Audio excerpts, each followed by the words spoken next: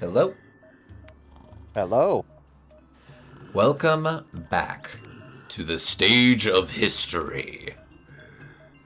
Actually, that does kind of fit here. I was still down on the game last week.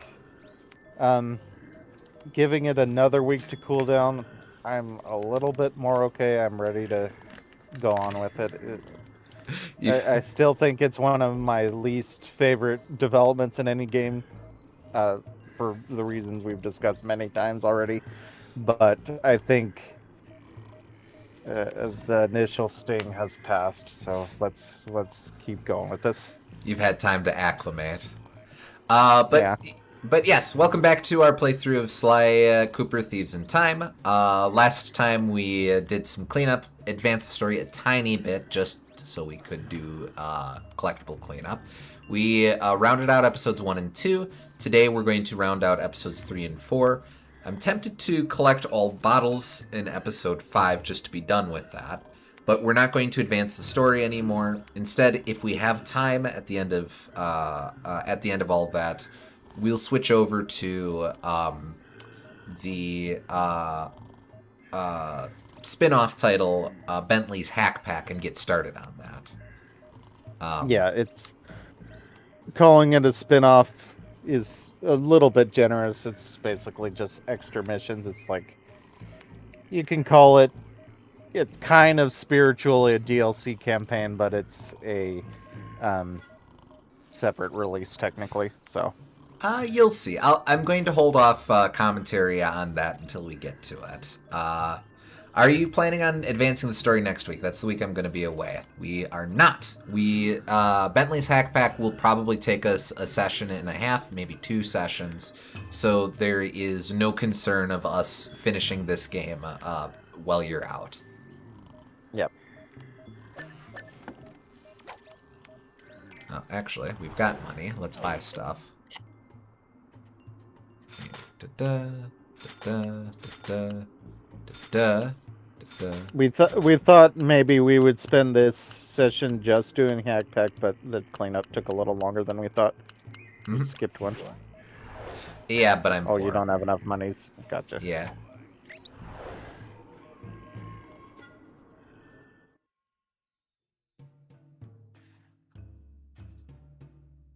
So let's get all the rest of the stuff in this and see what the minigame is, since the last 2 were different and there's not that many hacking minigames to go around.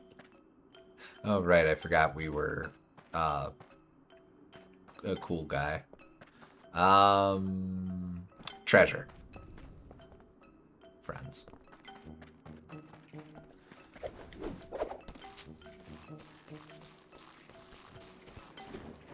I still think there's bottles around. The xylophone was not the best choice for the music in the stage. I mean, I know it's like the de facto prehistoric instrument for whatever reason. I guess because it sounds like bones, but Yeah, that is kind of still. funny since you mention it. Well, thank you for hanging for a sec while I tried to figure out what I was doing wrong. What? Wait, what? What? Oh! Right.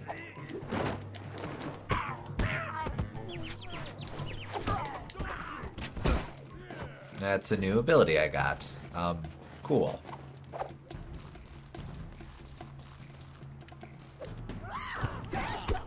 Nope. Alright, I need to be on the lookout for treasure, in particular treasures that I couldn't get beforehand, that I now can, because I'm a guy with talents. What was the new ability I was looking down? As I'm gliding, I have the ability to go from a glide directly to an aerial strike. So, like... Yeah, it's the Batman attack from the air takedown thing. Yeah, wasn't that just called aerial takedown or something? Something. The one from the Arkham games. admittedly, Arkham Asylum and Arkham City were a while ago for me. Yeah. I do have Arkham Knights. Came with my PS4. At some point, I'll want to play that.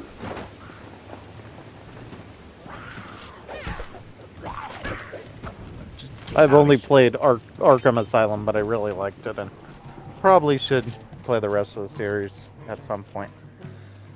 I know Arkham City is the most beloved. I personally think that the game's more interesting in Asylum's Metroidvania approach versus City's open world approach. But I would agree, and that's kind of why I haven't played the rest of them, because like this feels like the kind of design I personally don't appreciate as much, so it's like, I'll do this later. Yeah, that's fair. That being said, you can fairly make the argument that Asylum has some very strange choices it makes as a Batman adaptation that aren't quite, or that have been cleaned up by the time of City. Like, yeah, I would never defend the final boss, of course. Yeah, the final boss is a choice. Yeah. I also didn't really clock it because I wasn't as much into Batman when I played Arkham Asylum, but I don't know why Commissioner Gordon is absolutely jacked in Asylum. Yeah, I don't think I clocked it either. I also wasn't like super into Batman at the time. Yeah, like he's not. You kind of can tell immediately. He shows up right away in City, and he's, not skinny, but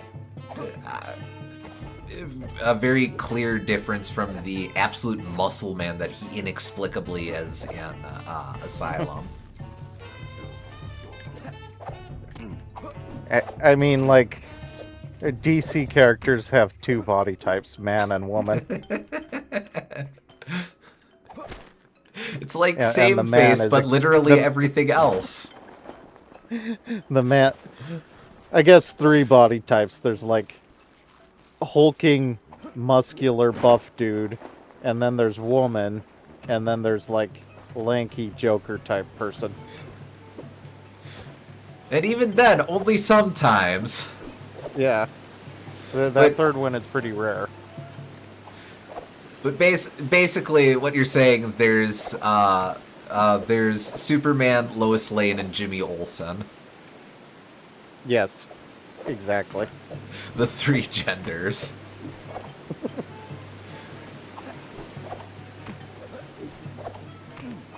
Okay, this will be one of the treasures. But first, let me destroy stuff.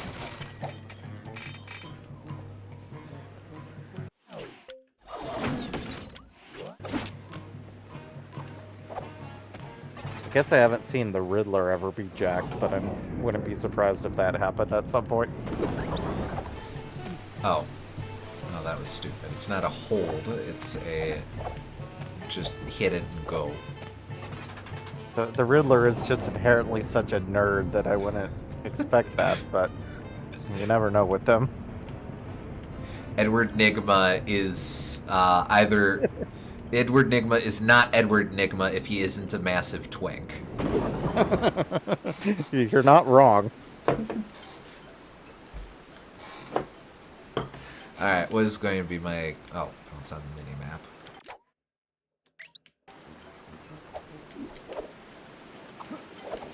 Although if he becomes a massive twink, wouldn't he be more of a twonk?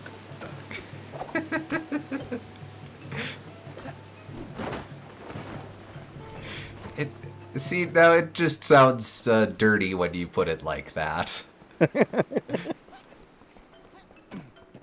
Well, I mean, twink is an inherently dirty word. Well, sure. Yes. Granted. I could explain the etymology, but I don't want to be blacklisted from YouTube. Ah, crap. Hold up. Spilled water on me. Dumb dodo bird that shouldn't even be here yet. Friggin'.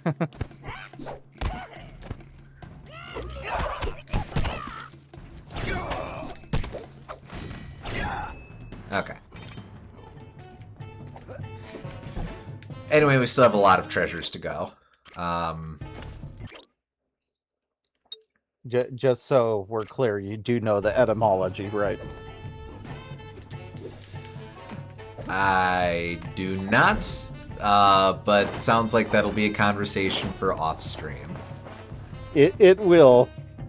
Just like... The mind rushes to fill in the blank here. I'm not saying that it's not a term that is frequently in parlance, but it's something that you should be aware of when you use it. No, probably. no, that's fair. That's fair.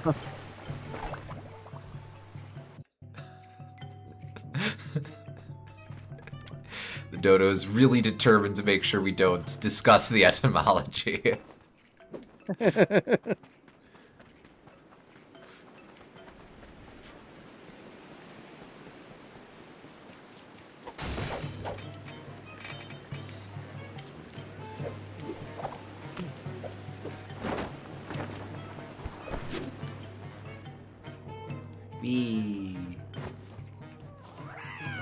Ah, man. Okay, well, bye. Oh. Wait. Yeah, that's right. You can see me, it's fine.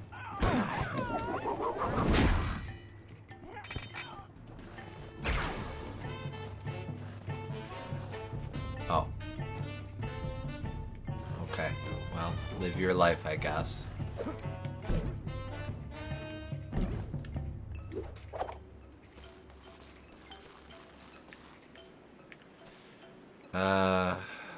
Okay.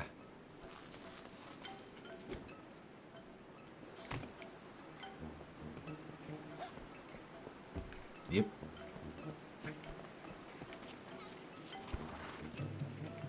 Oh, okay, here's something.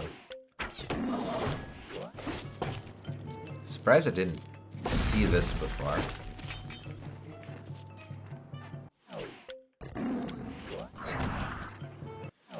Nope.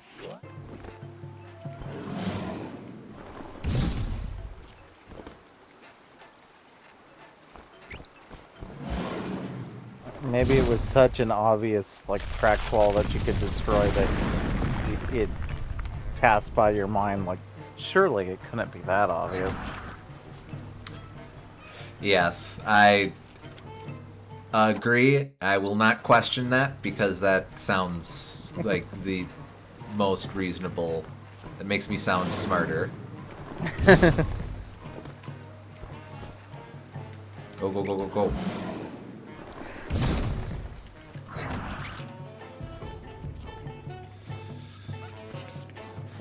Ah, crap. Come on. I don't want to tangle with this joke. So since this is a good a spot to discuss it as any, what are your thoughts on cracked walls in video games? Because, like,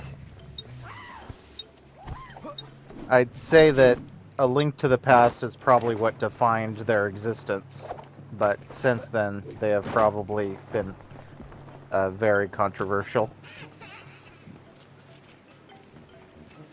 Because it's different from how they're used in, for example, the original Legend of Zelda, where you had to use more contextual clues about this is a place where a bomb could be used based off of there's this empty space in the map, so maybe there's something I could find in that empty space. But I think as maps get more and more complex, that sort of thing gets less reasonable for the player to expect, so the developers are forced into having these kind of context-sensitive barriers to highlight where the explodable or destroyable walls are. Oh, that sucked.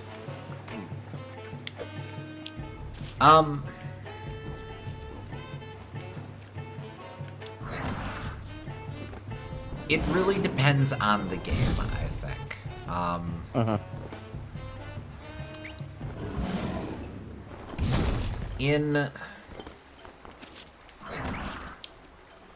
I think if it's something that you really want the player to get to, it probably shouldn't be that obtuse to find. Now, there are degrees of that, of course. But what I mean is, like, in something like A Link to the Past sometimes overdoes it, where the only way to progress is by discovering a Okay, seriously, what is going to be my best avenue up here? I need to just practice this for a sec. Yep. Nope.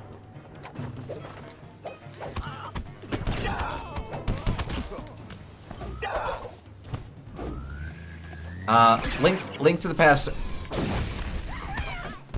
don't even know what happened there. Link to the Past overdoes it sometimes, where it really is, you need to progress by determining what or by finding what is the false wall here, and you just have to go around and go tink tink tink tink tink on the different walls in order to turn that up. Now, well, I would. It does that, but I was actually talking about the opposite problem, where sometimes A Link to the Past just has a bunch of boulders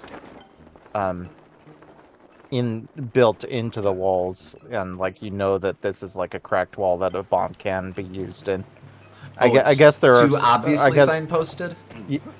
Yeah, I guess there are some invisible spots as well, but A Link to the Past might have been like the turning point of that, because if you look at like Ocarina of Time, for example, they never have an invisible wall that you would need to test if you can bomb or not. It's always marked with cracks.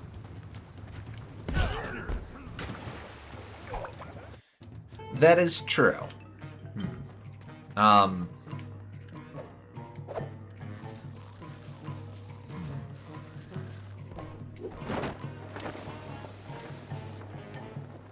And like, I guess A Link to the Past is the turning point because they're never marked in the original Legend of Zelda, and you only have contextual clues to rely on. But because the original Legend of Zelda is very much going for that sense of wanderlust and appreciating encapsulating that sense of roaming the countryside as a child and discovering the curiosities of the natural world, it makes sense for the game to not signpost things there. Okay, that's probably going to be my best bet. Take that wind draft, go from there. For what it's worth, I know you haven't really done much with Breath of the Wild, but that's a game that I really like how that approaches that sort of thing. It and Tears of the Kingdom, since there's you have due to the game's very open-ended nature on how to approach puzzles. There's no real correct way to tackle most aspects of the game, in particular that sense of roaming and discovering things. But because it's also a game where you can get by doing very little, it doesn't force the player to engage with an awful lot of its material. So that game is allowed to hide things a bit more cleverly. I see. That's not the right one. Damn it. It could hide things more cleverly, but I guess in that case, the problem is that for most people, actually finding all of this stuff is going to be a pipe dream, and the game directly insults you if you do try to find everything. Yes. Well, yes. But again, it's...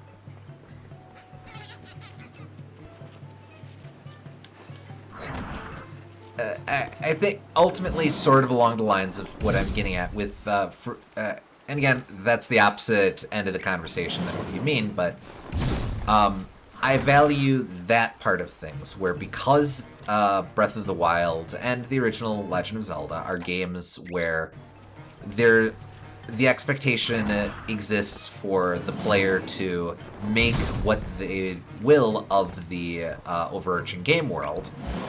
I appreciate that willingness to not hold the player's hands and reward inherent curiosity. I would say it's a little different, though, because in the Legend of Zelda's case, you basically do need to fully understand the world. It takes a while to fully understand the world, but like the advantages of getting, for example, the different rings and getting the heart containers, like instead of getting pieces of heart, you get full heart containers. And they make huge differences. There's a huge amount of difference for a comparatively small amount of searching.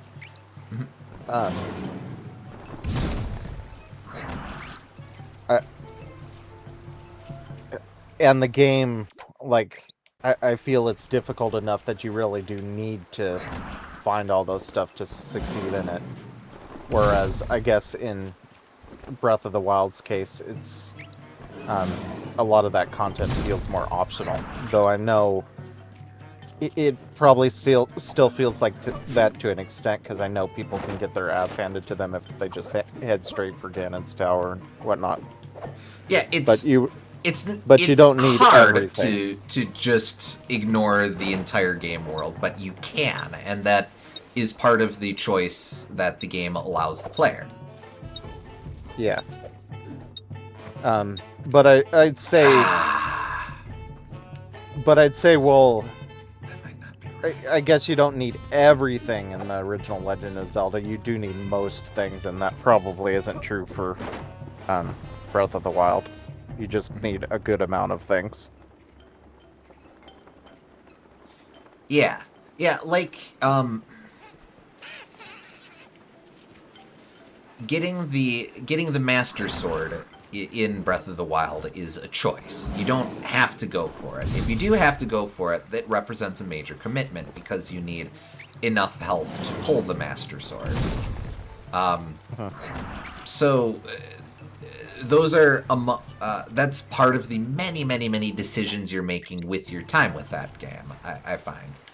But I'm just gonna wait here. No, I'm not even gonna wait here. I'm gonna die horribly. That's the button. Come on.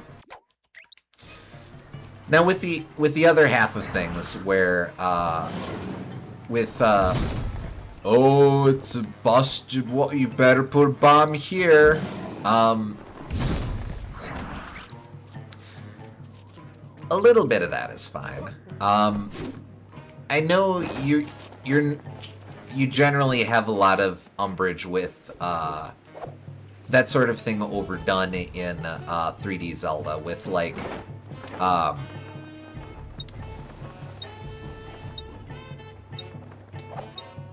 with like the tracks in Twilight Princess are probably the most egregious example of using the spinner only on those tracks, which makes for one really cool boss fight, but everywhere else it's just like, here's a very obvious context-sensitive thing to use the spinner on. Yes. Or you've mentioned before the whole thing with wandering into a room in Ocarina and trying to find the place where you shoot, Yes.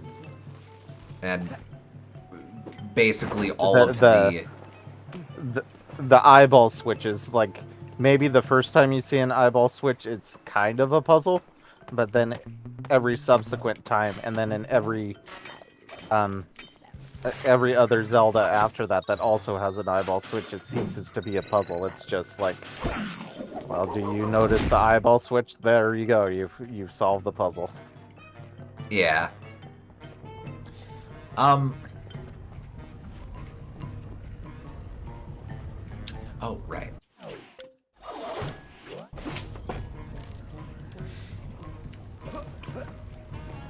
I mean, I was kind of just talking about this on Your DK64 review. yeah, exactly. Where there's a lot of so much of that game. The most interesting puzzles in that game are based on. Oh wait, it's Jack. No, it's Daxter. Hey, surprise! Yep, surprised to see you here. And in a Why? caveman toga. Why is that? I'm. Is it not a different studio? It is a different studio. Um, But I guess Sanzaru decided to shout out Jack and Daxter since Sony owns both. I guess so. Well, fair enough. Oh, I said no.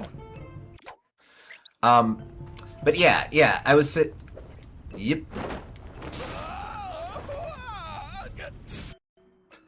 You should probably start in your thief costume, your burglar costume. The jailbird, yeah. Yeah, jailbird.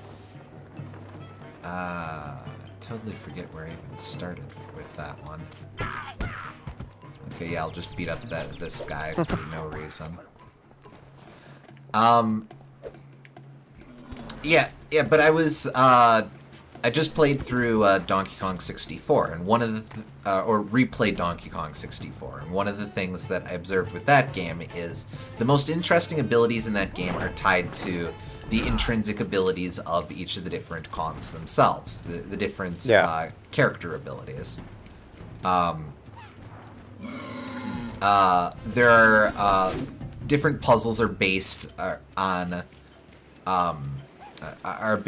for example, only Tiny has the ability to move in this particular horizontal fashion due to her ponytail twirl. So the game's the developers are able to set up levels such that only Tiny can get through this area or access this area. It's not much of a puzzle, but it is kind of fun and interesting to engage in the game world that way. By far the least... It's very difficult to make things like fully not context sensitive with your design, but that is at least more naturally integrated into the game world and feels more like a puzzle because of it, because that's just part of your natural movement. There's like 3 tiers. The first tier is just like, here is the obvious thing that you have to interact with, and we're going to put a picture of what you need to do to use this key on the lock. The second tier is like stuff like, here's a gap that you obviously can only cross with Tiny's hair twirl, but like at least that more naturally fits into the environment. The third tier is like you didn't realize you could use that ability in that way until you see that, and that kind of thing is really hard to design around. So I don't expect that as much, but when I do see that kind of thing, I'm usually pretty impressed. Yeah, stuff that really encourages out of the box thinking. Yeah. Donkey Kong Bonanza is pretty good about that, because Donkey Kong himself has a very simple ability set or skill set in that game, but a lot of the intrigue comes from the interplay with his fairly simple abilities, or the different Bonanza transformations, and how those interplay with different environmental puzzles. Yeah. But I bring up DK64 since so much of that feels like that's tied to the same, or it's a similar sort of idea of how do you make.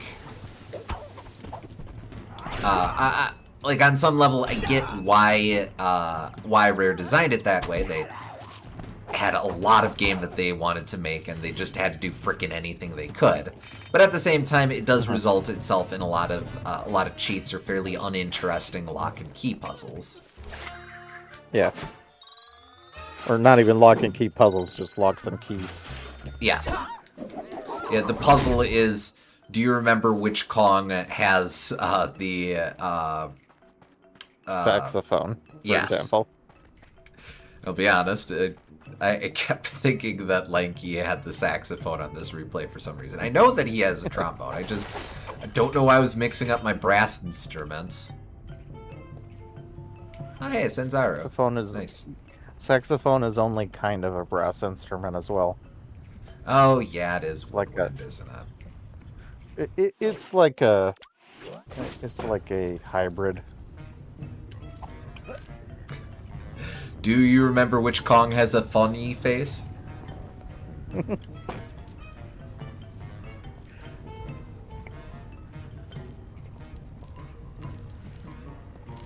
Hey, sometimes Master Quest does make noticing the eyeball switch the puzzle. To be fair, I haven't actually played Master Quest, so fair. I think I was generally more impressed by the puzzles than that, although it still does a lot of times rely on just like, we think it's a puzzle, but it isn't really. Oh, come on. More obtuse is not necessarily more of a puzzle. And like, some things you have to do feel like you're almost exploiting glitches.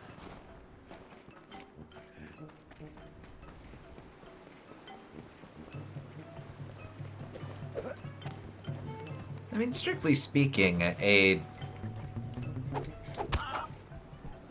don't know, a hard mode Zelda is kind of interesting, especially long after that being an expectation for Zelda design. It's a major reason why I like the 3DS remake significantly better. Because it includes Master Quest, and it also makes Master Quest better by flipping the game world horizontally, which doesn't change a lot, but it feels a little different. It's not nothing. Okay, book it for this. I'm just trying to map out my best route here. Book it for that. And from here...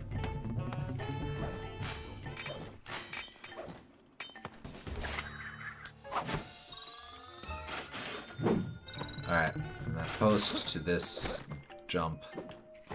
Okay, that'll do. Walk that backwards. There to... Oh, for God's sakes.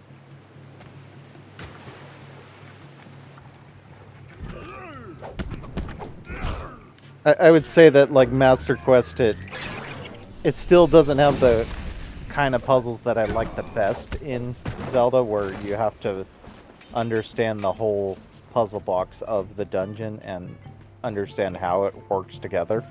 Those are usually by far my favorite. It still kind of isolates the puzzles to specific rooms, but at least those isolated puzzles are better than they were in the original version, usually. Ah, fair, fair. Gotta grab a drink, burp. Okay, burp. Alright. Okay.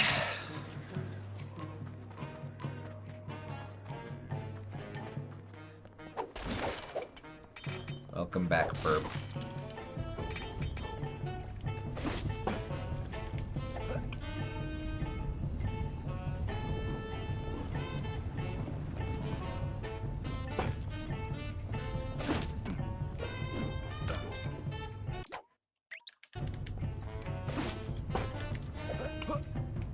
But yeah, in the case of DK64, I'd say that it almost never does that third kind of design, and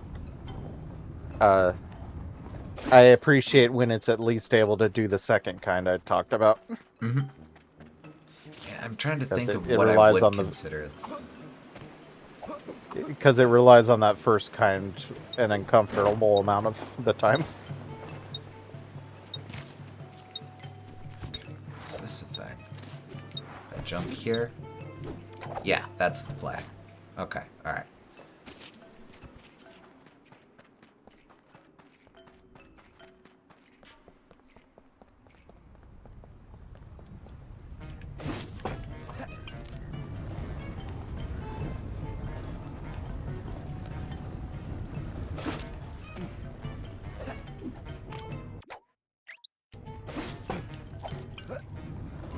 Yeah, I honestly don't think there's a single moment in the game where it's just like, wow, I didn't realize I could do that with this ability, and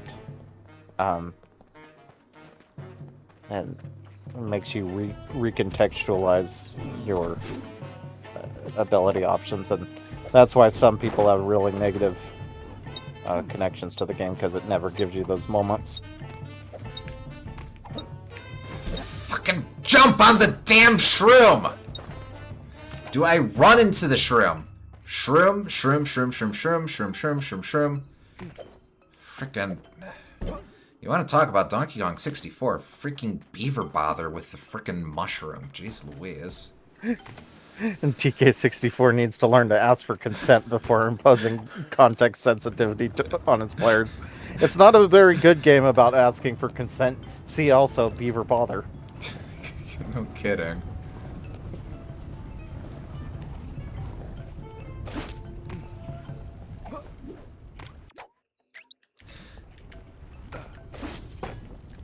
Come on. Also, it occurred to me about halfway through my replay of Donkey Kong 64 that Diddy's jetpack controls are probably supposed to invoke the controls of the game Jetpack. You know, I never realized that, but you're probably right. It does have a similar momentum to it, where it starts out slow and builds up speed.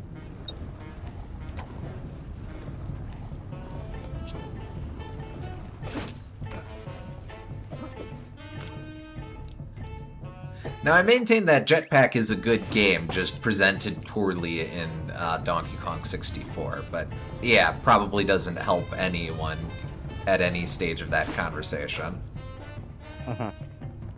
I also think Jetpack is a pretty good game. I want to play that, they did a remake of it for Xbox 360. I have that through Rare Replay. Should try it sometime. Jump! Jump! Jump! Mushrooms! It's called, like, Jetpack Refueled, isn't it? Yes. Oddly prescient given the present trend of renaming stuff.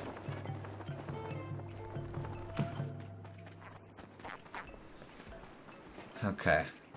Honestly, might just be faster using this thing, and then just frickin' over here, blah, blah, blah, blah, blah.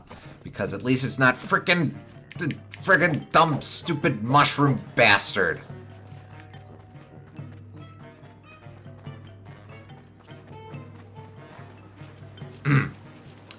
Excuse me. I guess there's not much room to land on it. Yeah, no kidding.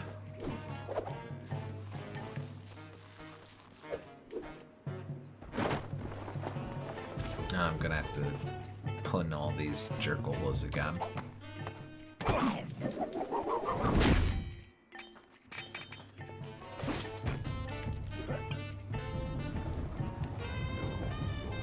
Of all things that are difficult to platform on in a platformer, you wouldn't think a mushroom would be the one.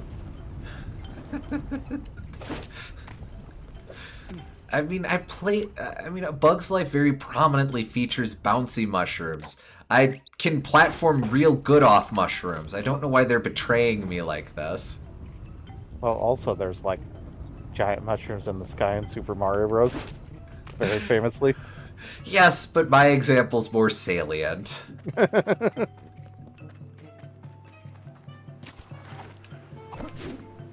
Or giant mushrooms in Tall Tall Mountain, if you prefer. Yes, it's... Fuck you.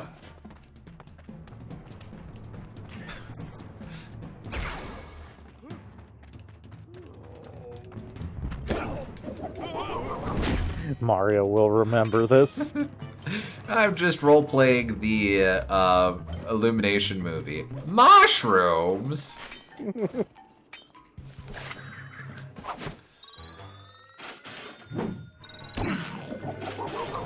You sounded like Toadette right there. Mushroom! Kind of did, yeah. Ironically, I can't do a good Chris Pratt.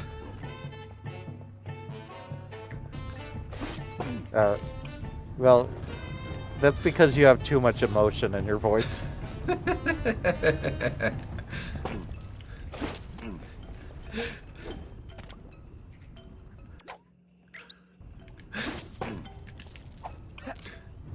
I just need to think about spending hours of my life stomping. Koopas!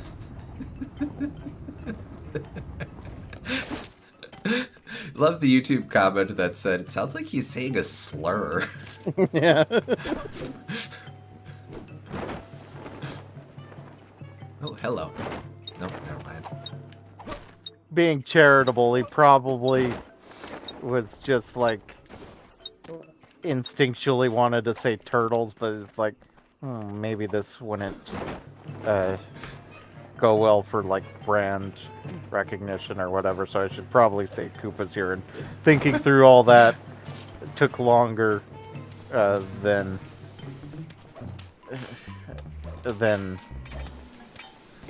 he would have liked. So I'd assume something like that is probably what happened. I'll give him the benefit of the doubt. I'd agree with that. I think the interview is fine, or it's not an interview, but I think he's fine. I just think the memes and edits are really funny. It's fun to not let him live that down. Yes.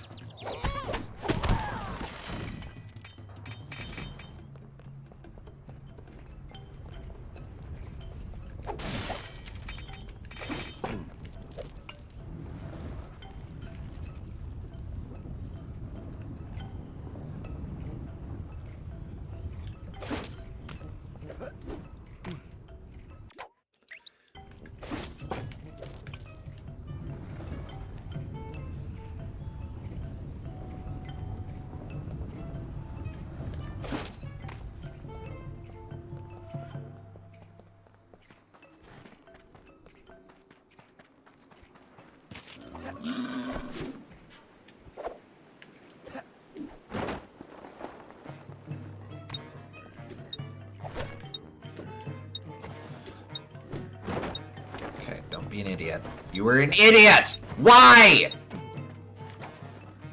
Think you should take the mushroom. The mushroom freaking doesn't want me to take it. I'm like, Yeah, but neither did that path. That also had a annoying level geometry you got caught on, so you might as well take the quicker path. The real play is to get on that vine. Do a friggin' vine transfer. Sick vine transfer, brah. Glad you got that.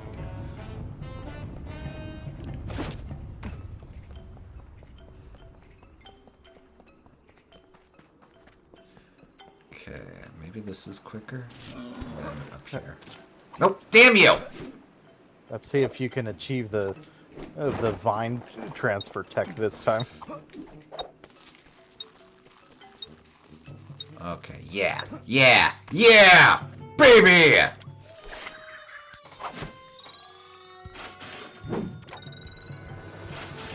Man, Dexter still finds a way to be annoying even outside of his phone game.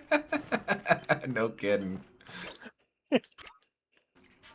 Alright, I think we're up to... Is that 7 or 8? That's 8. Okay. Only 4 more.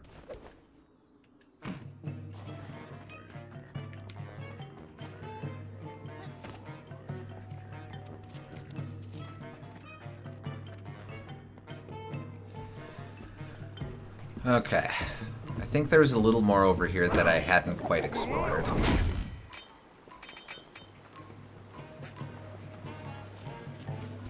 I would very much like to be done with this area.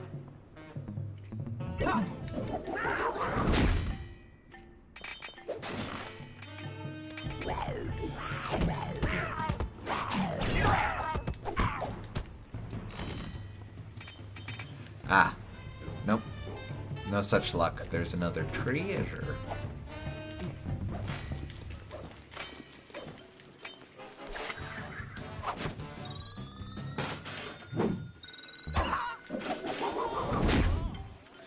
Alright, so over by the Sanzaru stone, there's the Mona Lisa. This is going to be a rehash of the Daxter trophy. Oh, wait, what do we have on the walls here? There's some nature of fish, and a fish with a raccoon tail. Is that a fish? Well, it's got fins. It also has legs. Maybe it's like a middle, I was gonna say mid-stage evolution. Broadly the concept I want to communicate, but wrong flavor.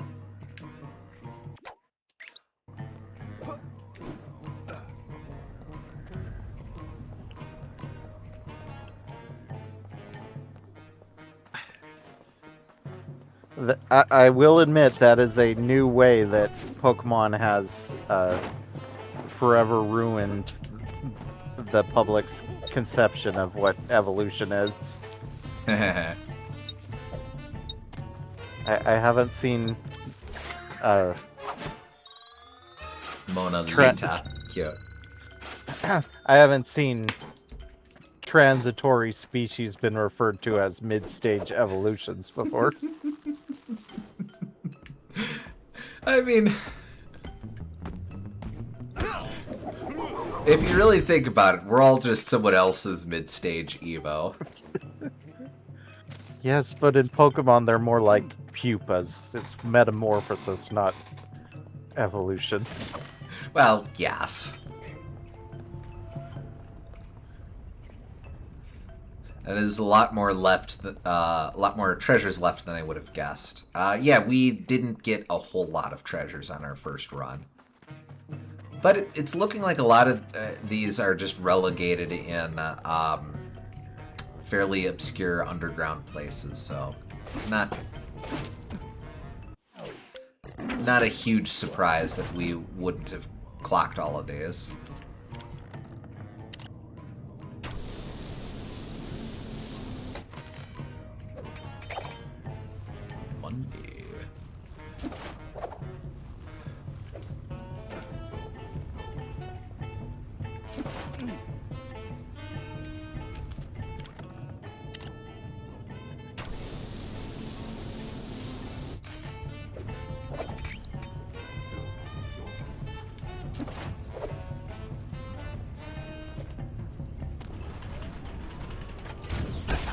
Oh, right.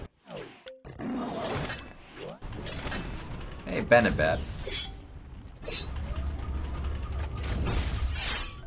Oh, excuse me.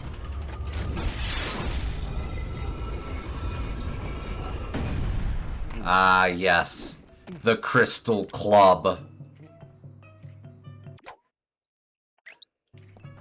The Crystal Club Coconut.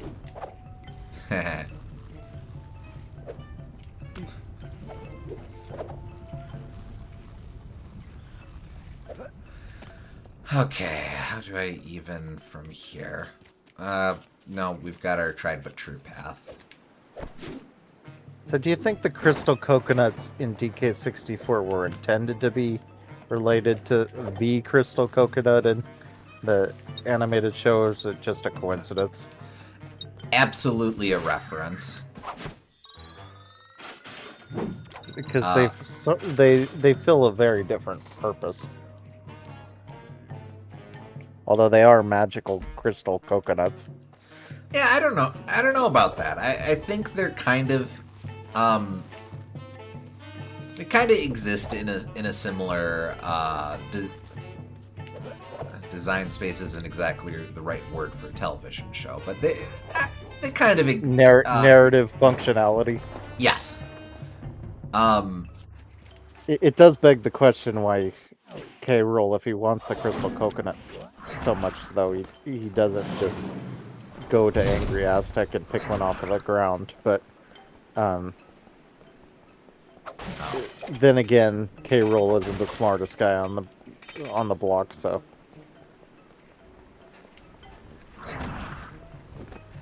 Who knows? And also in the TV series, they rarely ever show the crystal coconut doing anything. At most, it usually just lets Cranky astral project to random spots. So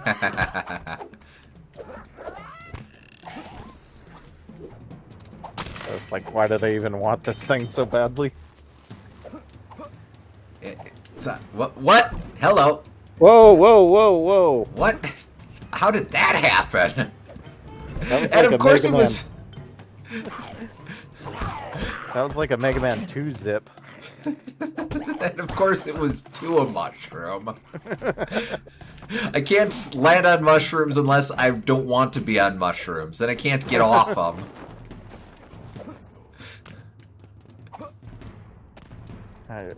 You could go back a couple seconds, SG, and see it. We won't hold you against it. Yeah, past us won't judge.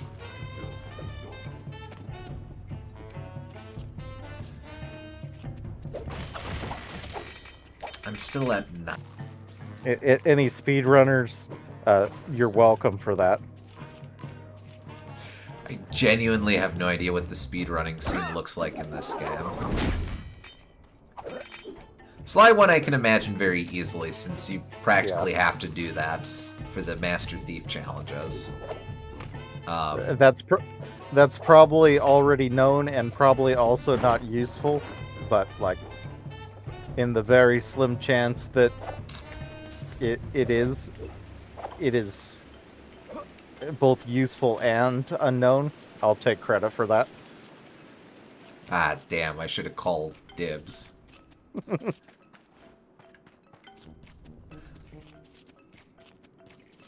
Probably related to some other mechanics in the game.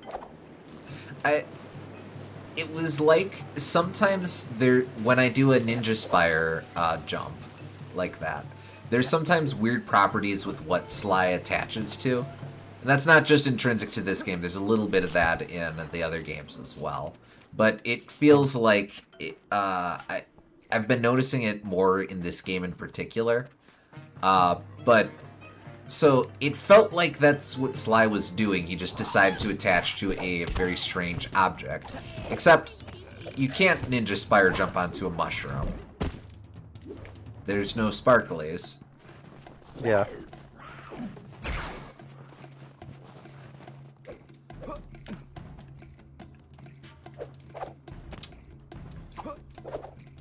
Alright. I'm reasonably sure we checked that out as Bob, but it's probably worth bringing Bob back out and checking that again.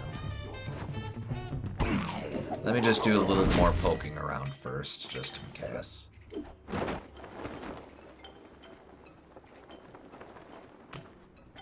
Nah, bored. Let's go get Bob.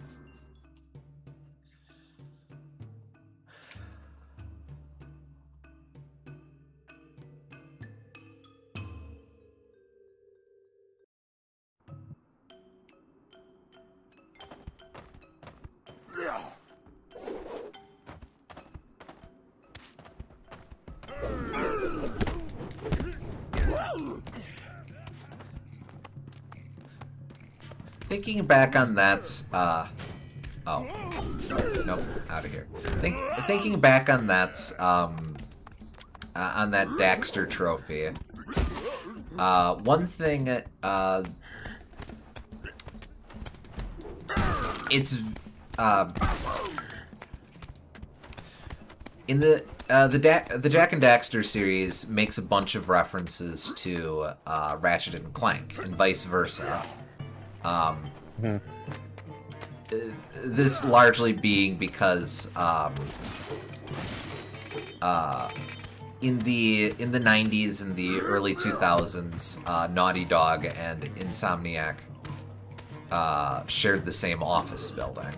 I believe they were just down the hall from one another. So, they kind of lent creative personnel between each other, and they worked together on a lot of different stuff. So this is why, also, like, there's the obvious history between like the Sly and the Spyro and the Crash series, for example.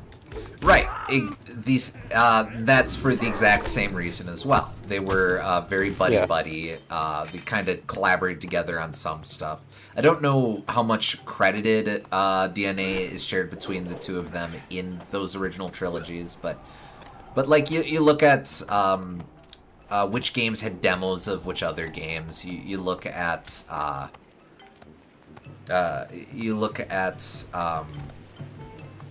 how Sony paired up those releases. I believe Universal was a publisher and initially owned the rights for both franchises, so very much joined at the hip as kind of brother series, and that much continued with.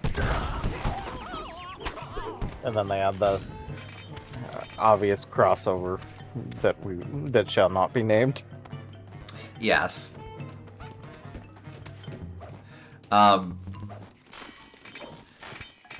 So like I said, that trend continued with Jak and Daxter and Ratchet and Clank.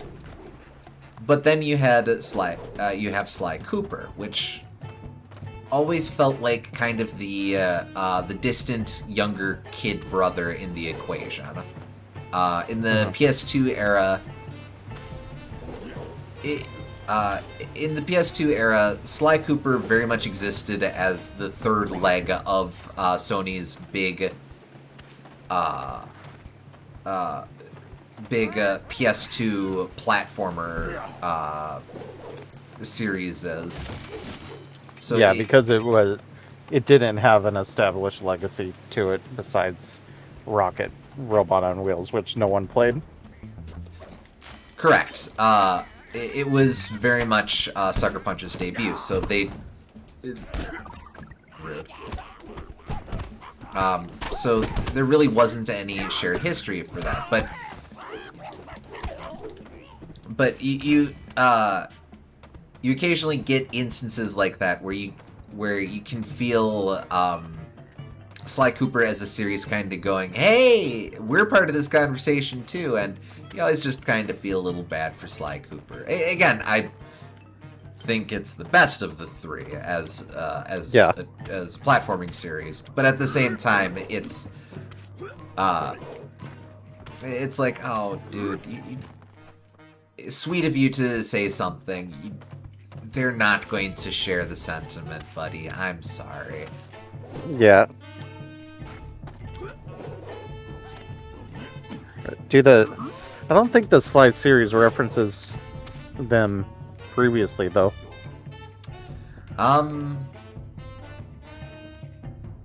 No, I don't believe so.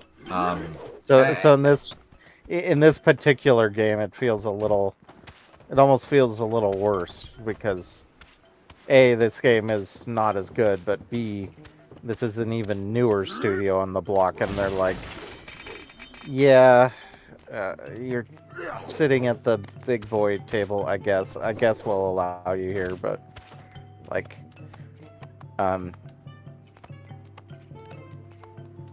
if Insomniac and Naughty Dog were in their teenage years during the PS2 era, by the time this came out, they're like in their young adult years. So it feels maybe even a little more awkward. Strictly speaking, before this, Sanzaru did port Secret Agent Clank onto the PS2, so they did have a connection with Ratchet and Clank as a series. So that's so that part of it isn't completely out of nowhere, or they're.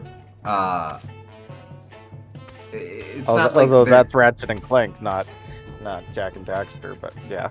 That much is true. Yeah, they. I don't think they did anything with Jack and Daxter. They weren't part of Lost Frontier, which was the fourth game in the Jack and Daxter trilogy.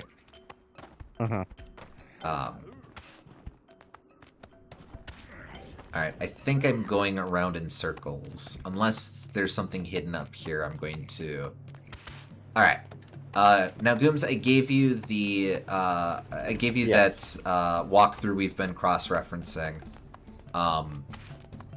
Can you take a look for... Oops. Can you take a look for this world and... I guess since I'm playing as Bob already, see if there are any treasures specifically linked to Bob.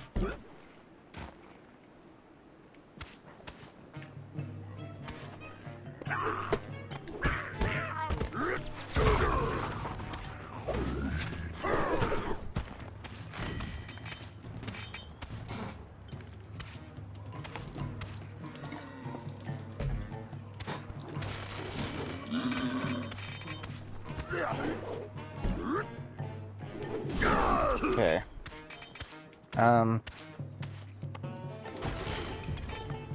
Well, actually, I can do you one better.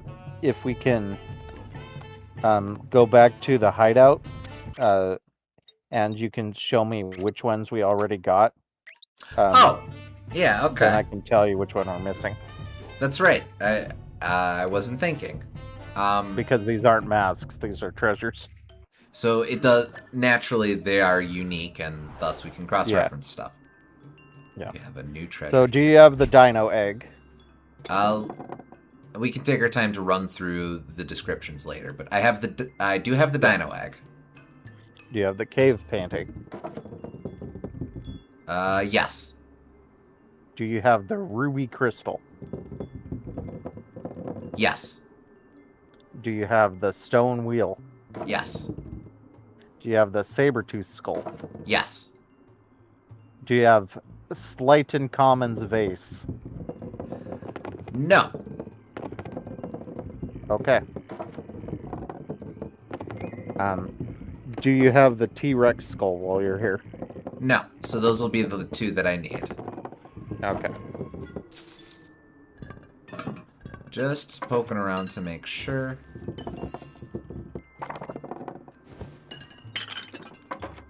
Indeed, these are all, well, actually. Do you have Grizz's skates? Yes. Do you have Grizz's lair key? Yes. Do you have the spiked club? Yes. Do you have the Mona Lita? Yes. Do you have the Lutrella nivadensis? Yes, that's Daxter for some reason. So yes, it is those two. Honestly, that one, we'll go through the descriptions later, but that one I can't resist right now. The Lutrella nivadensis is a rare hybrid species of the carnivora family. It is known for its orange fur and loud mouth. Fair enough. Okay. I would have to wonder if that Latin name is some joke on it, on Daxter being an otzel, so otter and weasel. But all right, T-Rex skull and what was the other? Slyton Commons vase. Commons vase. Okay. The Slyton Commons vase. On top of the skull of the skeleton of the dinosaur rearing its head. Okay. I'm going to assume both of these are Sly, unless otherwise mentioned. So dinosaur skull rearing its head. I know the. I think I know the skeleton. It's in question.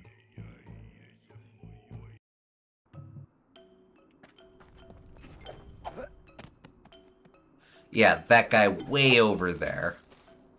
Which, actually getting up there, I think is going to... No, that is going to be a Sly thing.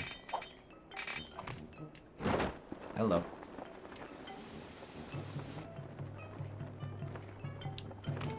And there it is.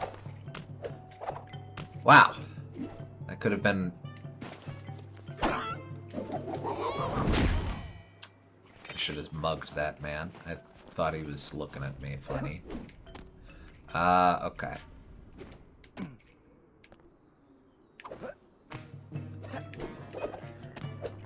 Okay, well that's not so bad to get back to. Easy, easy.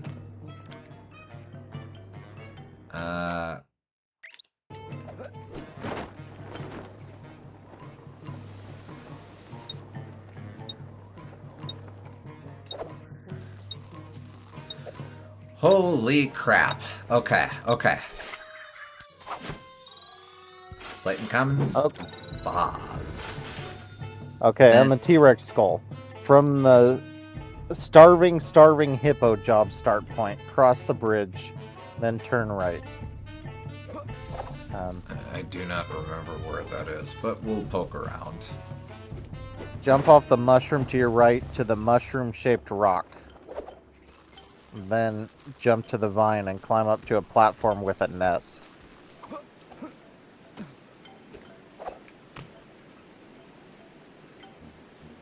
Head down this platform to a basket of arrows.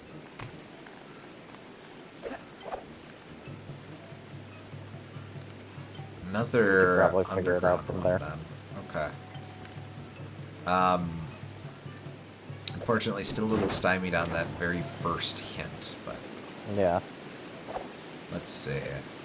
That Well, appears... it is near a bridge, so it gives you something.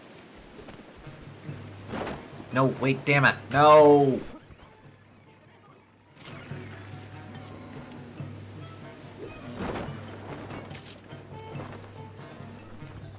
No,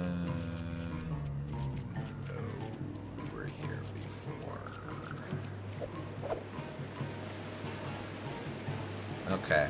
Mushroom next to a mushroom-shaped rock. Yeah. And that's next to a bridge. Kind of. You turn right from a bridge. Onto a mushroom that gets you onto a mushroom-shaped rock. Alright.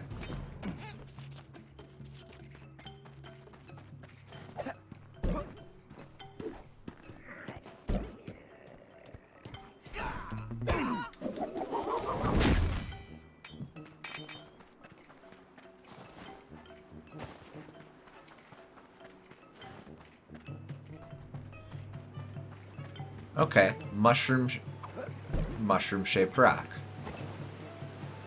Oh, okay. Alright. So Anyway. then jump to the vine and climb up to a platform with a nest. So far, so good. Okay. I see. Okay, alright, and then I go over here. Yep. You can probably figure it out from here. Well, we can hope anyway. Oh, this is one that's going to be real close, I think.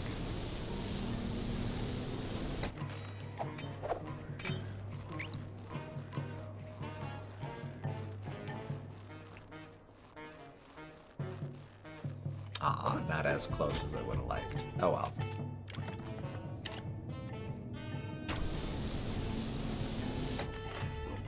Nope, jump! Okay.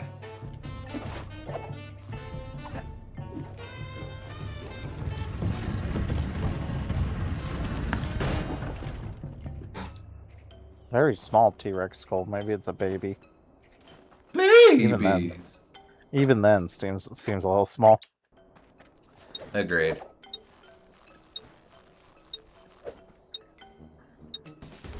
Yeah. Okay. That should be everything. Yes. All right. So now we unlock the mini game.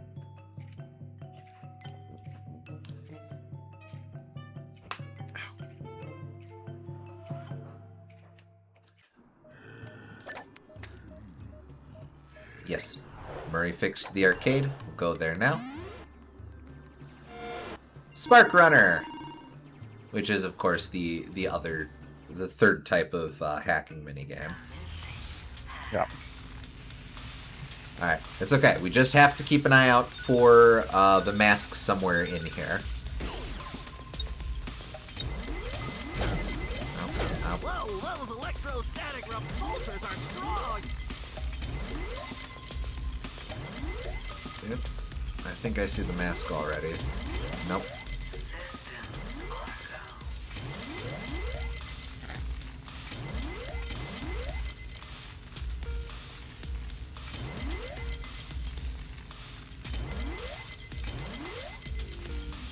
Careful, careful. Keep going.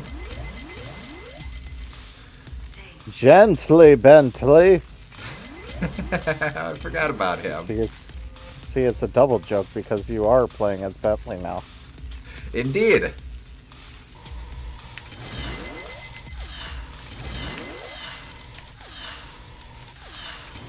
Oh, Failure. oh, I'd just freaking die forever. Yeah, Marble Madness doesn't fuck around. I am so glad that the 6-axis controls just worked off the cuff.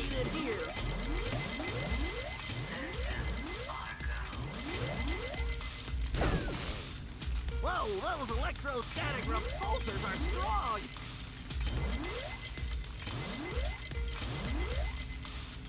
Damn.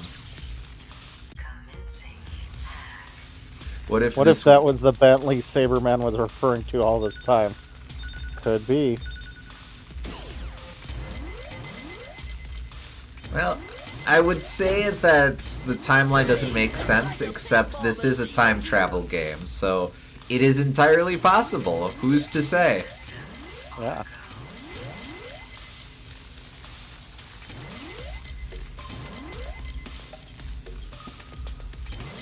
And considering that Saberman somehow ended up in Banjo-Tooie as well, like, he's probably no stranger to space-time continuum weirdness as well.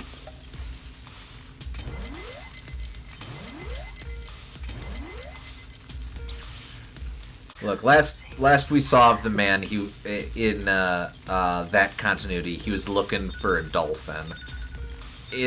Who's to say he might not have gotten very lost on that journey?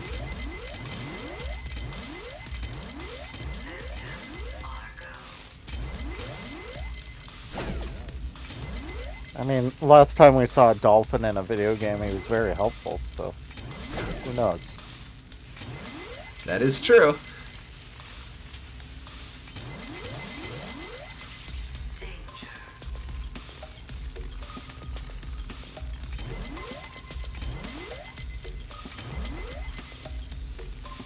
Dolphin was also, and the dolphin we met before that in Star Tropics was also very helpful. So maybe dolphins just have this helpful aura in video games that is completely inaccurate to real life. It's wishful thinking, I suppose. I think there is like studies that dolphins will help people sometimes, but they are also assholes, so Yes. who knows?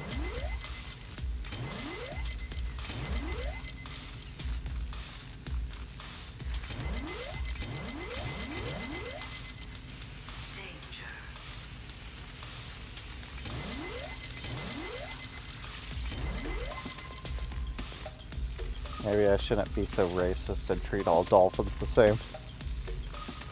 Hashtag not all dolphins, Gooms.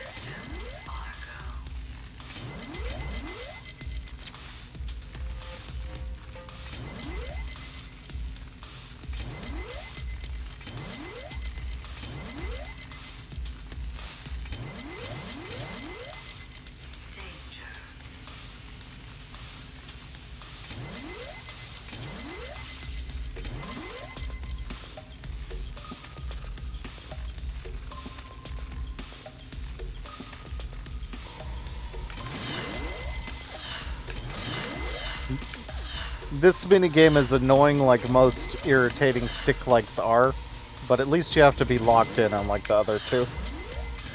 That is true.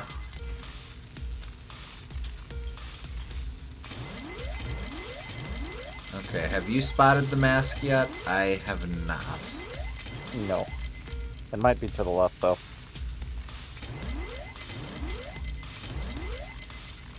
Might be.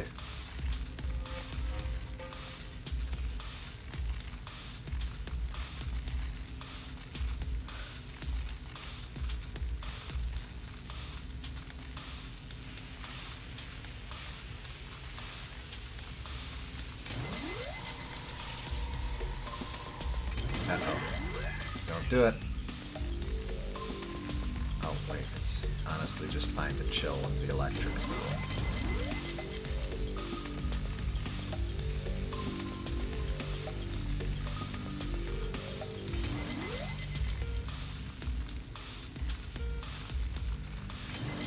Uh-oh. Got it. Yep. Nope. Not that much. Not that much. Yeah. High score!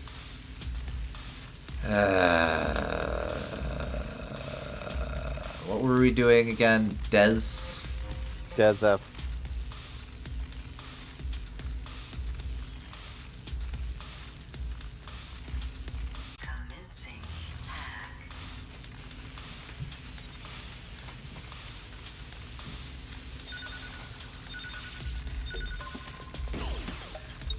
Really do require you to make the most of these time dooflickies. Also, that kind of implies that Bentley is the one playing these games. So why is he so excited about getting the high score if he already has a much higher high score?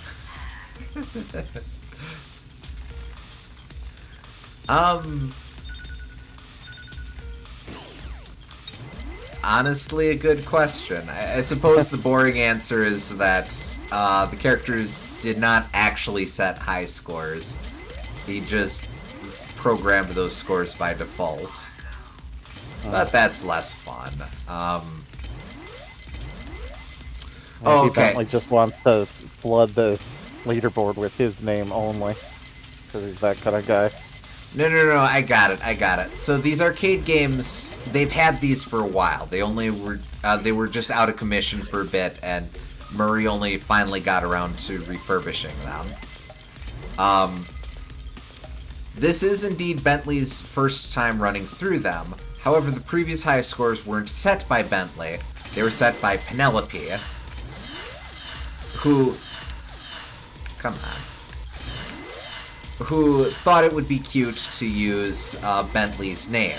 Except, now that we know that Penelope is a terrible person, obviously she was doing so to antagonize Bentley. Uh-huh.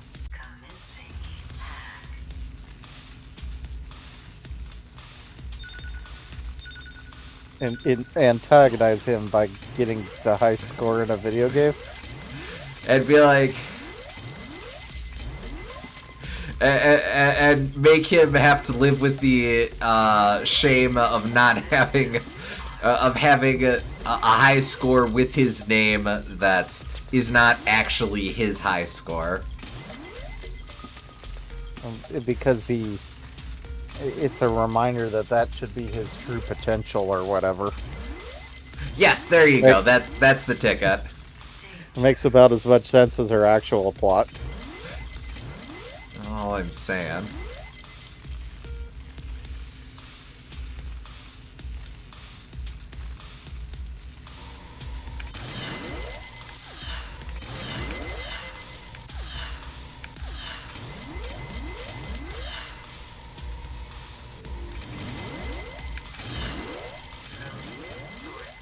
Oh, wait. Oh. There were spinning things there on the wire. Bentley, stay up! Maybe you could, like, jump off of them and go through the spinning thing.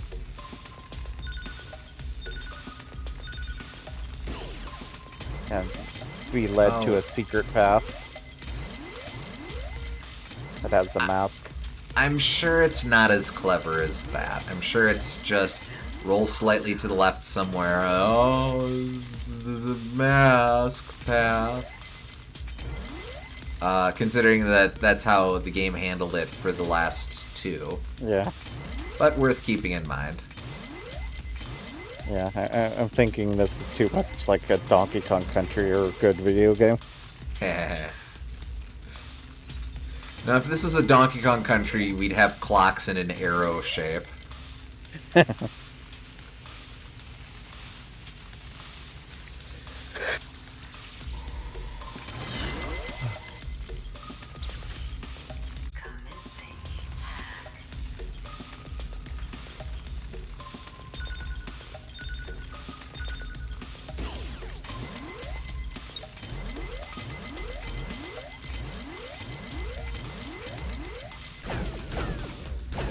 Come on, Bentley, stay on target.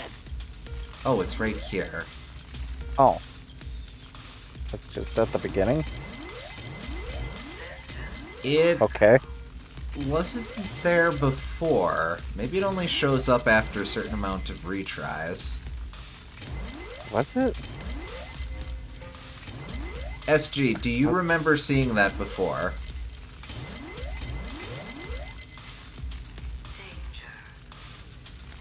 Did they move it? Because, like, wow, you're obviously so lame that we're not going to let you figure out the puzzle. Surely. If so, I hate that. Sure. Well, I mean, now that we've got it, I don't care about this minigame. Except that we're going to be doing an awful lot of this in Bentley's Hack Pack, so maybe I should care about this minigame.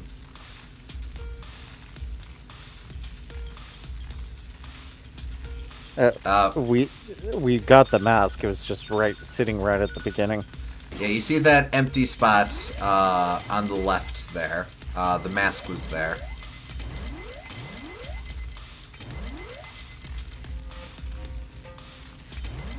To the left immediately there. Yeah.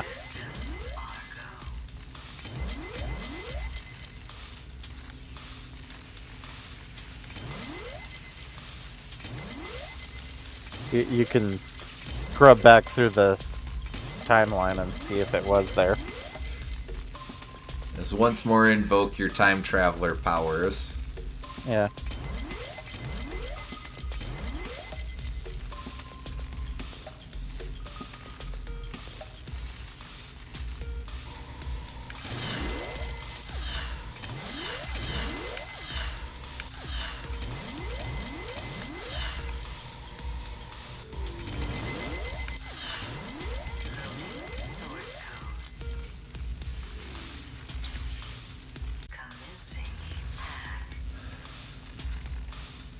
I'm not.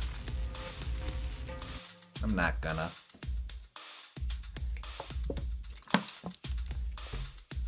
But we did unlock. Wait for it. Let's get over there. A new unlockable with 40 masks. Okay. Ultimate Carmelita.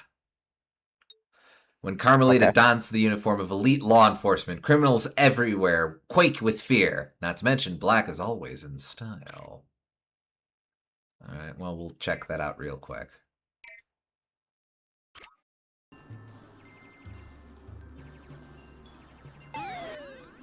You are back. And What are your findings? What's the verdict? We'll also just stick our nose outside as Carmelita to check out her costume.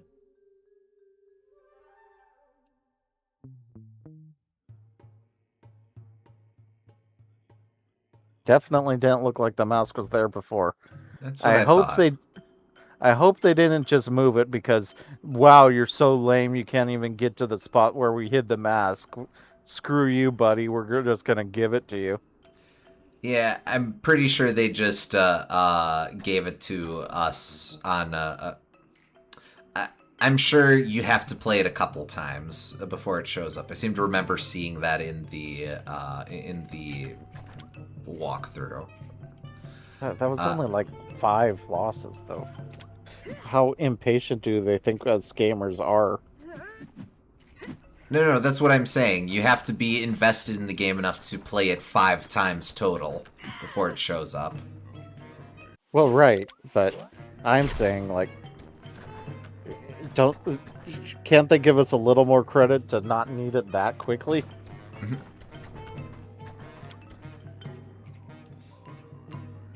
I guess. Anyway, I'm trying to... I think she's supposed to be Trinity from Matrix. I would guess that as well, yeah. My only other thought would be, like, I don't know, Joanna Dark, but I don't quite think this game is referencing Perfect Dark. She could also be referencing Barry, who's referencing the Matrix. This is true. Alright, let's get the hell out of here. Treasure descriptions we'll look at later after we get stuff from jolly old England.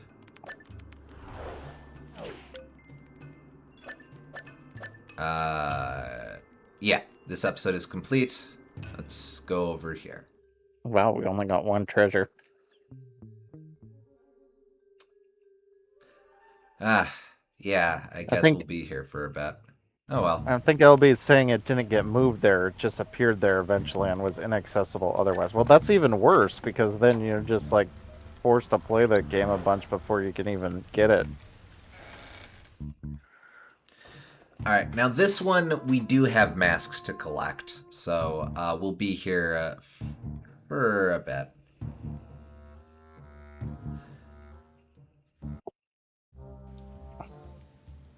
It's your favorite chapter. Okay, 2 bottles, 6 masks, and a lot of treasures. Let's just get exploring.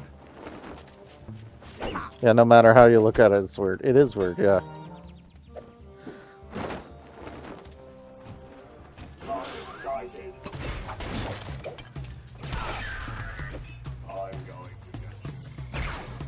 And I will say, I do like the robot werewolves. They're fun.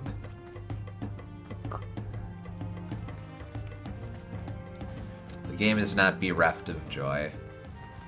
Here's a treasure.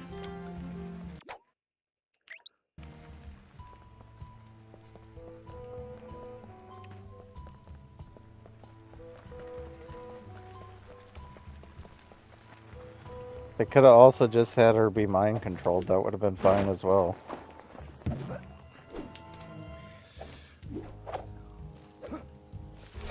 Yes. And that was in fact the very thing I was holding out hope for during my first run.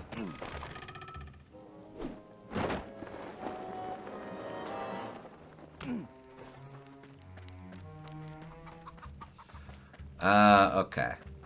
Really I know in a lot of cases mind control can feel kind of cheap because it's like undoing the plot development that happened. I think in particular I find it's kind of lame and like Kid Icarus Uprising as a moment of mind control I'm not the biggest fan of. But in this case where they just didn't see fit to actually have development of the character, I would have preferred that. Yeah, I'm with you.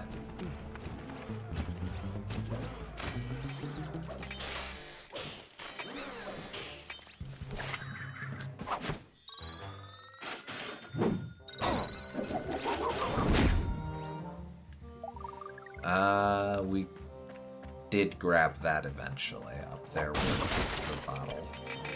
I think I'm partial to the idea of her being coerced into helping the Paradox somehow. Yeah, like blackmail or something, that could work too.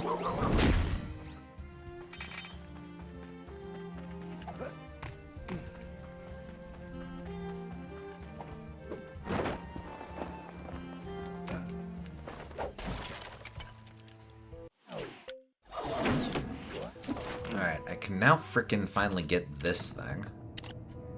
Unless I got it before, in which case... Yeah, I got it before. Mumble grumble. Okay, whatever. Who cares? I'm walking here anyway because I can. Okay. Oh, wait a sec. I don't need to sweat the bottles. I have the instant cheat treasure that just shows where the bottles are. Never. Oh, yeah.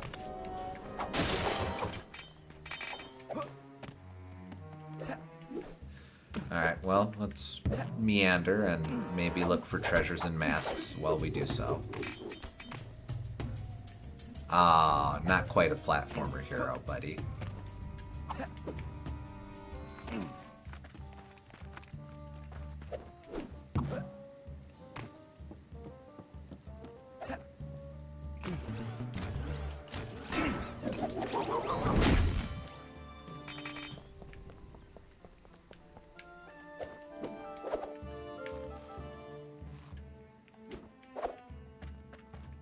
I do think in terms of landmarks, this world is a significant improvement from the first and third worlds, so I'll give it that at least. That I'd definitely agree with, yeah. Very clear what the docks district is, what the village is, where the castle is, where the fair is.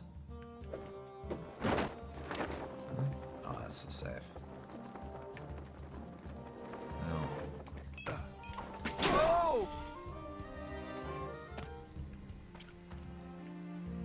Okay, well, things to analyze. There's a treasure up there. There's also a treasure in here.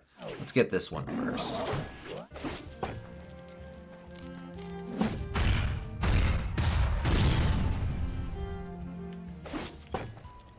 Nope, stop that.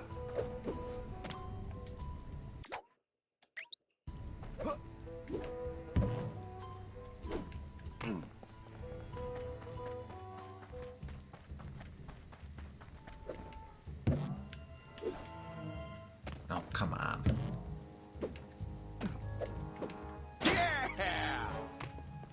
Okay, no problem. Excuse me, pardon me, Mr. Wolfos.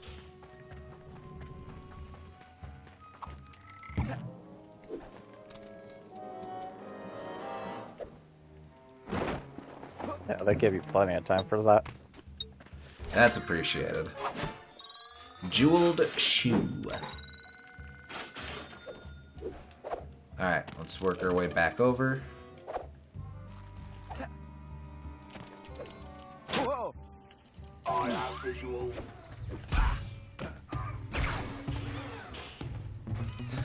Yeah, wooed.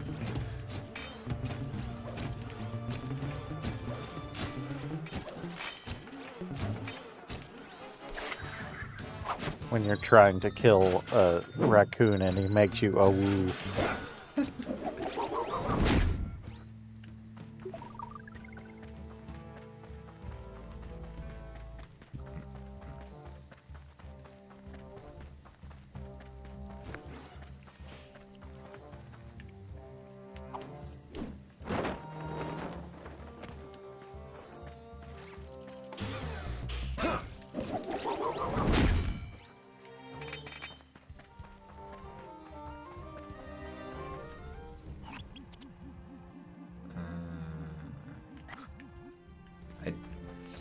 We had to mount that as part of a mission. I don't think there's going to be anything else for us to snag up there.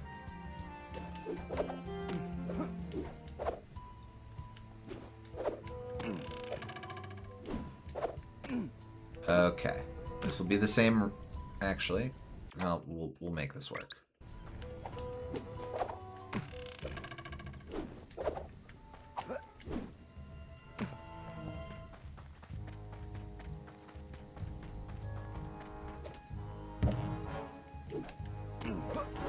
There's better platforming in this level too, with the catapults and the bouncing off of things. I think... Oh, crap. Nope, don't do it! Ah, he did it. More fun to navigate as opposed to like just kind of walking through hallways and bouncing and getting to the top of buildings and walking on ropes and hoping that you could get the damn mushroom to work. Yes. I think the last level really overdid it, trying to be a very vertically oriented level. Like, not completely, but especially given that Bob's main contribution was as a climber. I think they really tried to lean into that a lot, which is weird because there aren't a lot of opportunities to climb, but, you know. Oh wait, this is a treasure. I guess I'll grab this one here.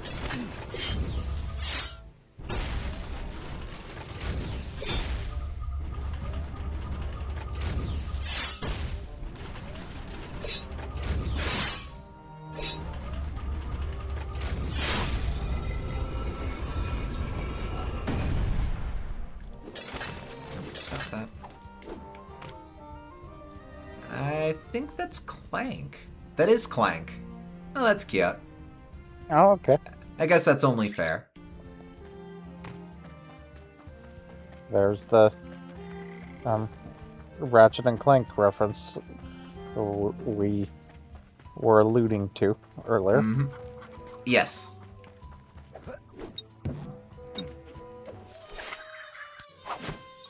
Medieval Metal Man.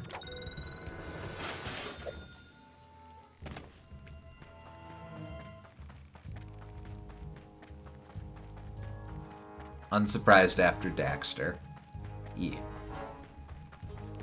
So how do you think Clank feels about being named after a slur? Legitimately, for all I know, that could very well be a joke to show up in Ratchet and Clank.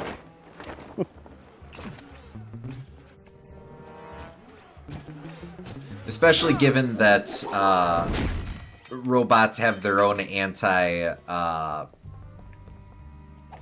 living organism slang in squishies, or organics, or whatever.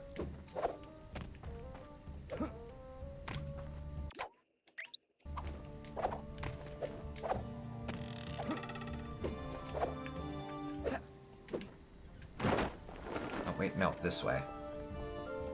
This way is so fast that I can make a huge blunder like that and still be fine.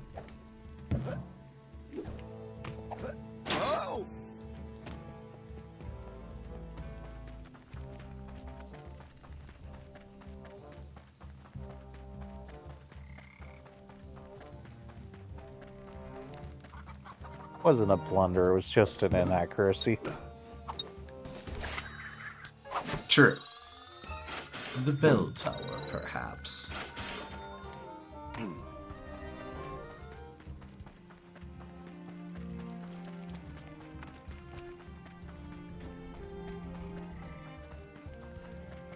Well, I ain't seen those masks or that last bottle yet, but we're making pretty good progress on the treasures.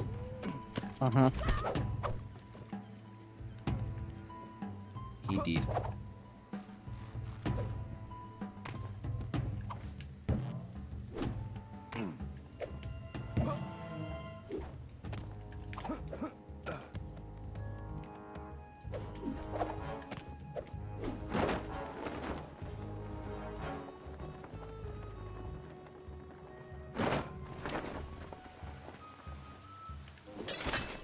Nope.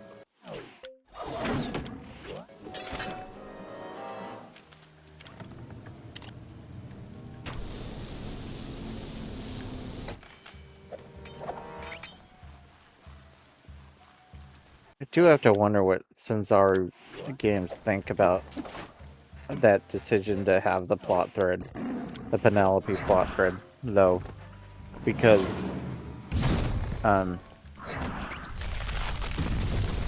obviously it's a very unpopular thing. I know a lot of people are down on this game, and I think that's one of the biggest reasons why. So they are probably unaware. I mean, they are probably aware. At least a lot of the team's probably aware of the negative reception to that. But I wonder if they're like, I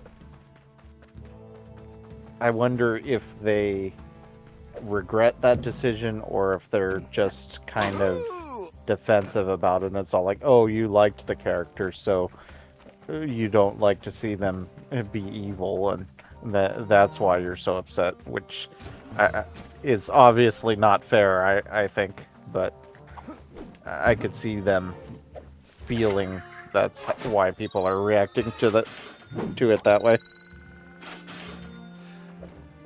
Honestly, I have no idea what thoughts are. This, to my knowledge, Sanzaru didn't do a whole lot of behind the scenes or post-mortem sort of stuff on this game. But then again, I haven't exactly spent a lot of time looking into it.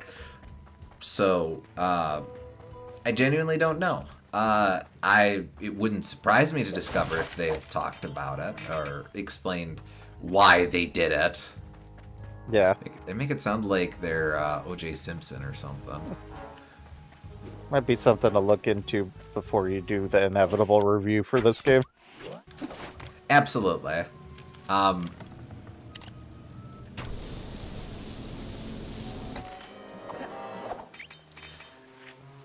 And especially since, as we've discussed before, Sanzaru's...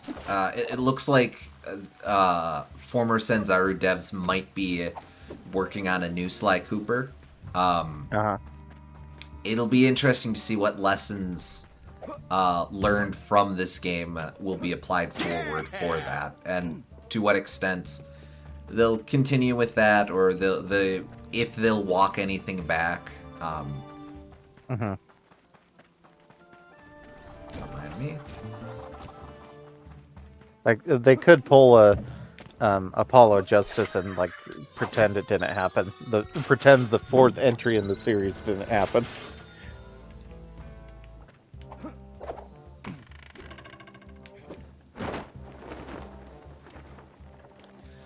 Or like, making really great progress there. I think, I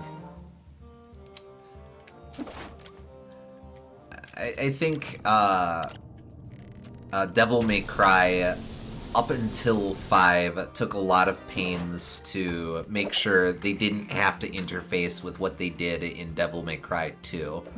Where, like, right. 3 is a prequel, and then 4, I believe, takes place between 1 and 2. Then 5 is a distant sequel, so they can just kind of not worry about it over much. I think. I don't know Devil May Cry super well.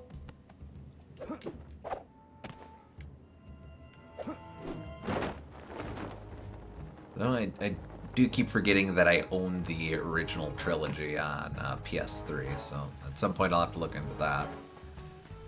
I also own the trilogy, but on Steam, so I'll have to actually play it at some point. Oh, huh.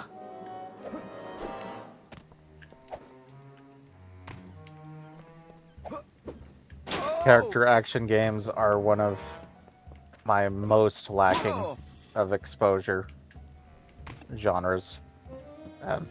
So I'm sure one of these years I'll do a deep dive into it like I'm kind of doing with fighting games this year. What do you have for experience with character action to this point?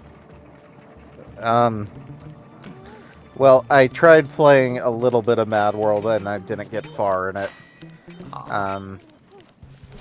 I like the game, I just got distracted by other things. Nah, that's fair. That's fair. For the record, I don't know that I can say I've played a lot myself, so I ain't judging. I'm just just noting. Yeah. Outside of that, I don't think I've played a whole lot that really counts. Like I haven't played Bayonetta, I haven't played Devil May Cry, I haven't played the modern Ninja Gaidens. Oh, hey, there's a mask. I haven't played Kingdom Hearts, if you count that.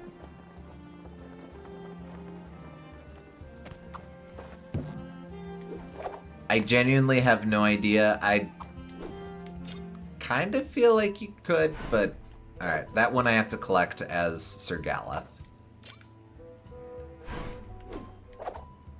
So we'll, I'm gonna forget about this otherwise. Let's double back right away to grab Sir Galeth. Haven't played, No More Heroes either. Oh, sure.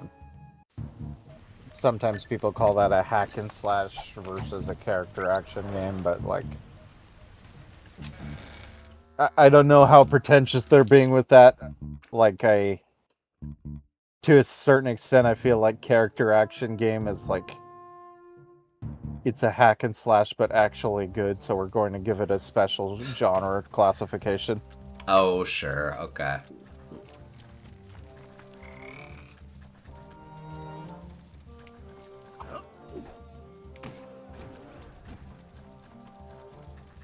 But then other people say, like, no, hack and slash is more about killing a bunch of enemies as opposed to character action, which is more single, one-on-one focus, so I don't know. I don't know.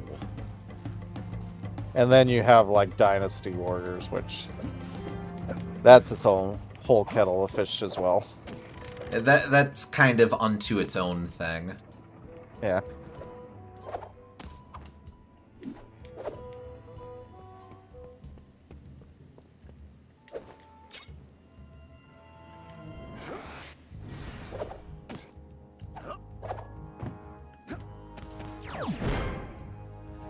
Okay, cool.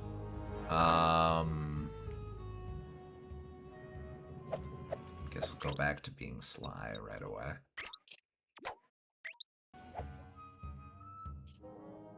Wait, crap. I think I saw a treasure from up there. Either that or it's the sparks on a torch. Guess I haven't played Astral Chain or Wonderful 101 either, which kind of flirt with that as a genre. Oh. I suppose Platinum does a lot of those, huh? Yeah. Yeah, So they're like the primary developer of that genre, I think. I guess by definition, then, I've played Metal... I'm not calling it by its actual damn name. I've played Revengeance. Yeah, I haven't played Revengeance either. So, I'm basically missing out on most of it. No, fair.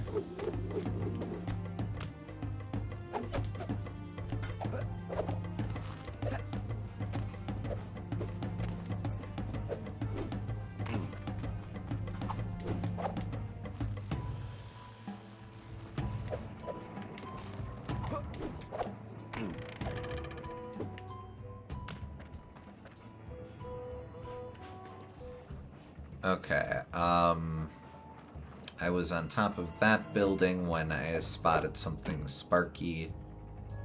I thought maybe it's treasure. I don't think I saw treasure. Okay. No, it's true. I don't think I did. I don't know why you don't believe me, Edwina.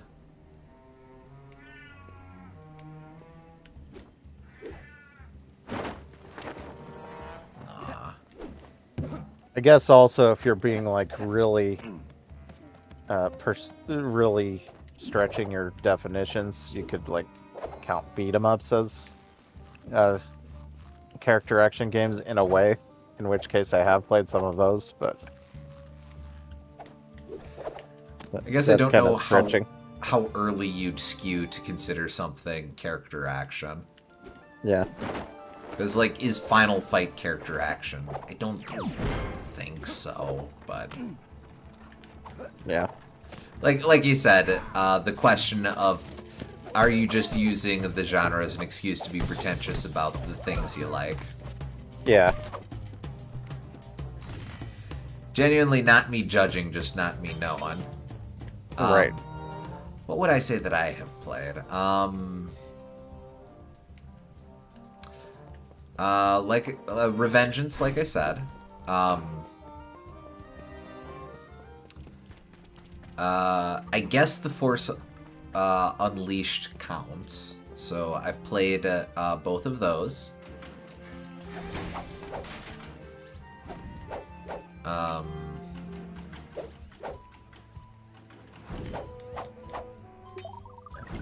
Jedi Outcast would almost count too, wouldn't it? I was just kind of weighing that. I think so. It's that'll be this one. So there'll be the time switch somewhere.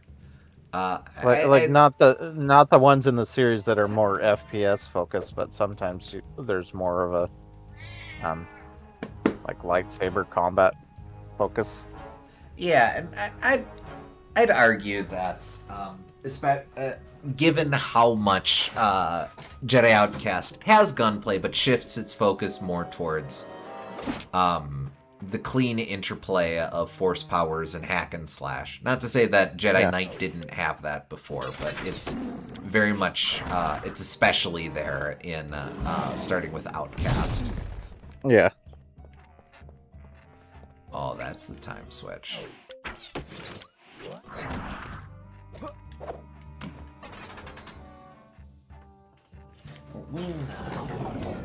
You're welcome to hang out with me. And I've totally wasted the time thingy, but that's okay. Because it's simple.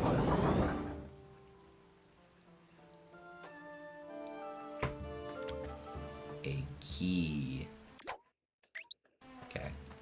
No, actually, I think it's an arrow.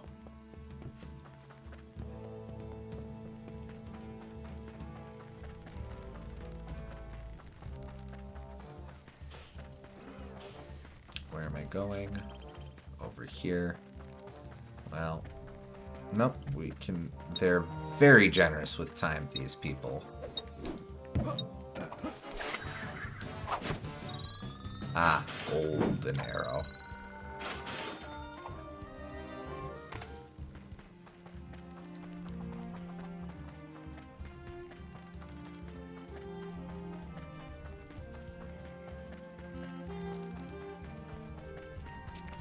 A normal werewolf you have to hit with a silver arrow, but a robot werewolf you have to hit with a golden arrow.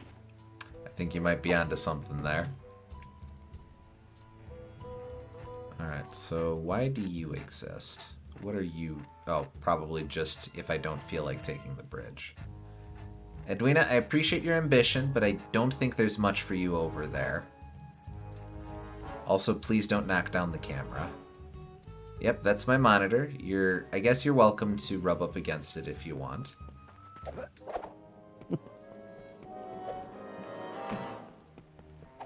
Yeah!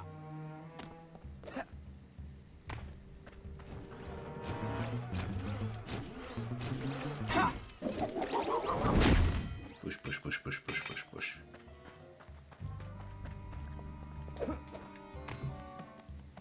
Alright, we were here before, so let's explore the docks over this way.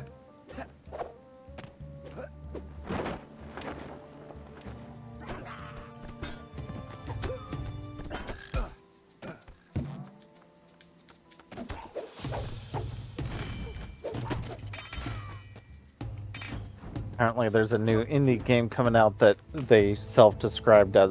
It's like based off of Arabian Nights. I saw it posted in the Discord, and it's self-described as a Hearts-like, so... Who knows what's going to be a...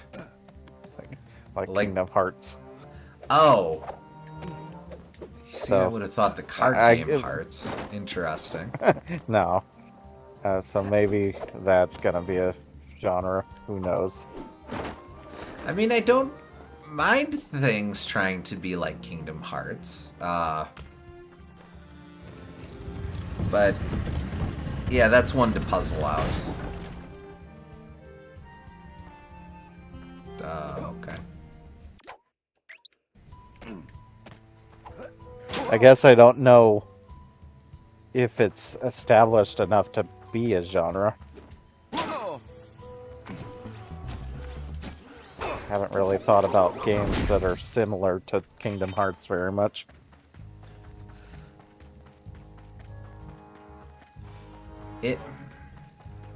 My thought of that as a genre would be that it's a very simple sort of hack and slash. Hack and slash is weird to think about in context of Kingdom Hearts because you're just bludgeoning people, but like, it's I would think it'd be fairly simple with a decent focus on magic. I'd imagine that descriptor is less meant as a hard definition and more, if you liked Kingdom Hearts, you'll love this. Oh yeah, for sure. I don't blame any devs for doing that because they kind of have to get an established audience. Well, hell, I'm not... I guess I am an indie dev, but like in the writing sphere, I have my book that I've written and my second book that I've mostly written, and I have no idea how the hell to pitch them to people. I absolutely sympathize with developers who are like, how the hell do I tell publishers to know where to categorize this? Yeah. You could go on a... That's cute. Okay. Well, they even You have could- skull and crossbones, so they're like, "Hey, this is the death. This is the death catapult. Go here if you want to die." You could have a 20 sentence long description that more accurately describes your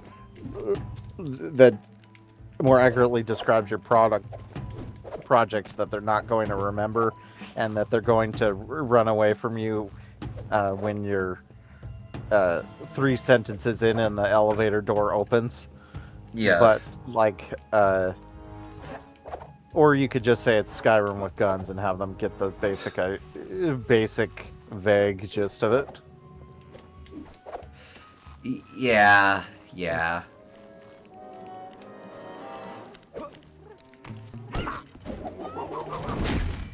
Maybe that's the real definition of insanity.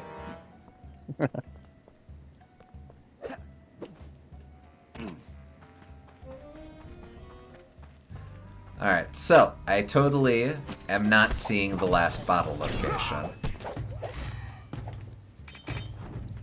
So are you gonna use your hint, your cheat device? I mean, it's passive, so I must just not be exploring the right part of the map. Which I suppose is good, because that means that whatever that part of the map is would also contain treasures and or masks. I guess it's not as strong as like a Sparks then. Oh, there it is. It's over there. Oh. Yeah, I rescind that. It is as strong as Sparks. You just have to use the map.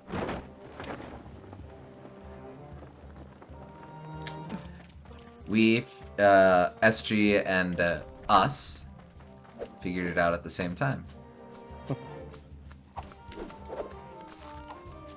SG and we, I think, would be grammatically correct.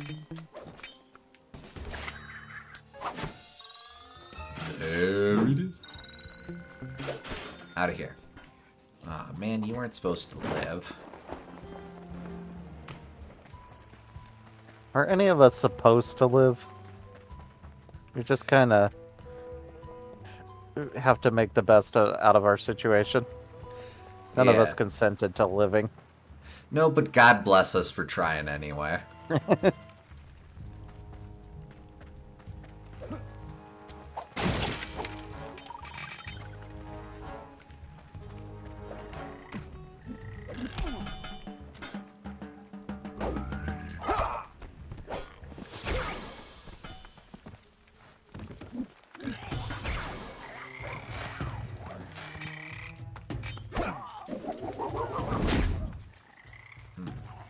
Okay. Let's see. You passed it according to the map. I did. It's on top of those tents. I'm trying to figure out how to get on top of those tents. Oh, no, I know how. I've got a lot of platforming to do. Excuse me.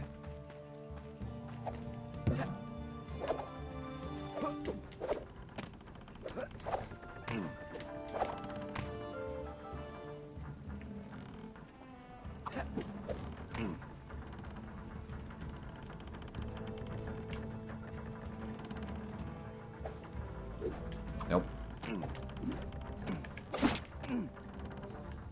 Well, not quite what I meant, but alright.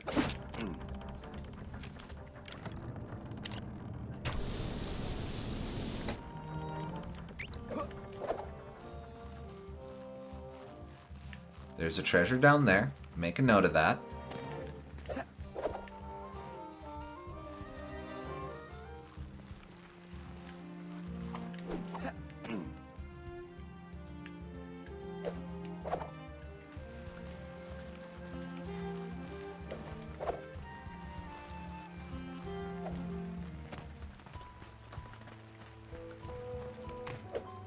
There we go. Alright, the safe is on the opposite side of the map. We'll come back to that safe. First, let us snag this treasure.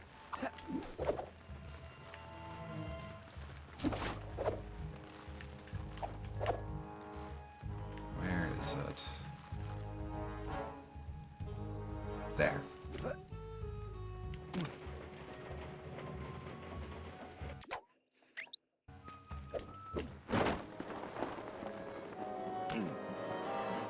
Appears to be a jewel-encrusted rolling pin. Seems like that would make very uneven dough. I think someone mixed up their tenderizer with their rolling pin. Two good things that go great together? Oh. Hey, Wolf. Goodbye.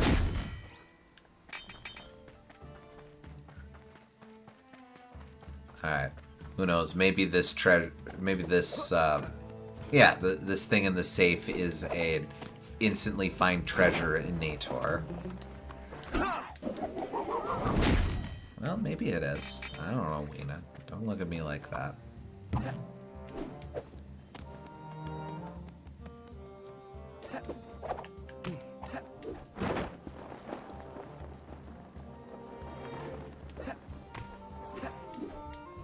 Heck. Someone needs to pick up this bread. It's not a good place for bread. There were some vaguely defined purple fruits that looked too big for plums and especially too big for grapes. Maybe they were really swollen blueberries. What, are they like blueberries from Willy Wonka and the Chocolate Factory? Sir Raleigh's, what was that, loot hat? I was a bit distracted by the achievement, which was Gil, Zenny, or just loot.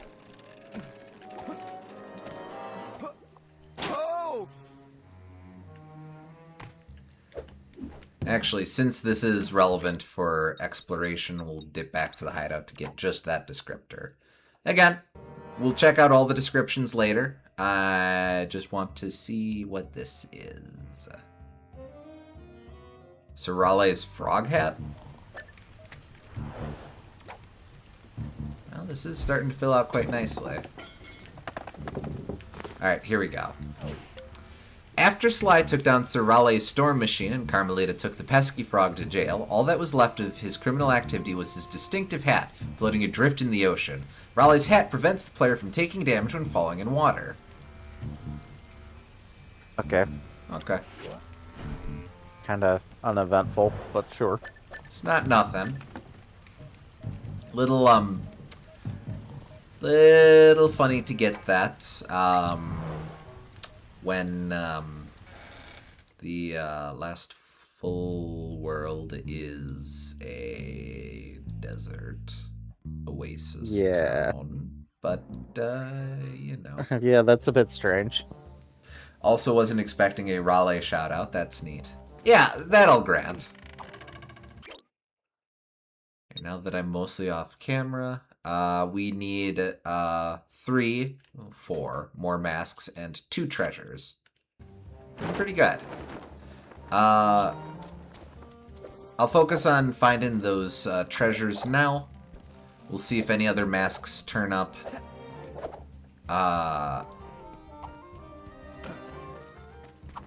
Where?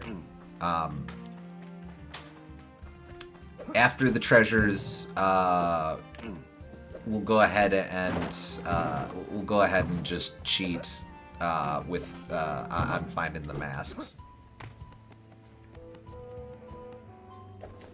I haven't explored over here much.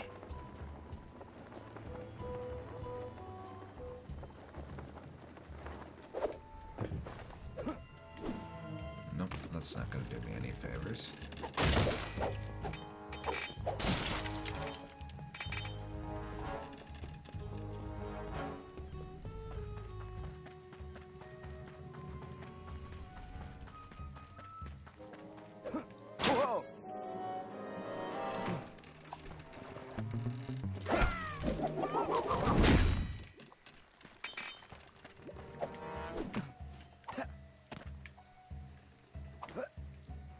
Oh, this is probably how I was meant to get that one treasure from before.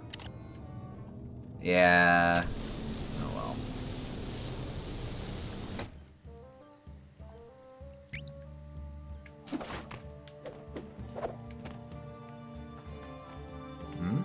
Mask. That one I will need, I'm pretty sure I'll need Sir Galeth for. But maybe I can do some trickery here. Let's see.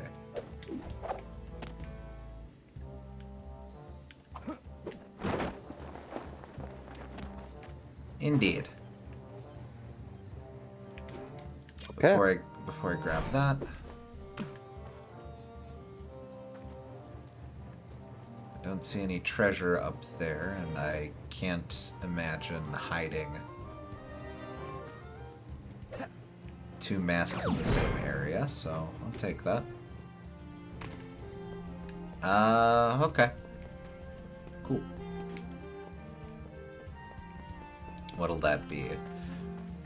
3 more masks, 2 non-arcade game ones. And still 2 treasures. Not bad.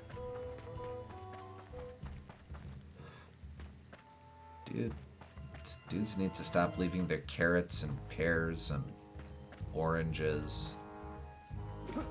And either a bread or a zucchini, no one can be sure. And those mysterious purple fruits I mentioned earlier. Yes.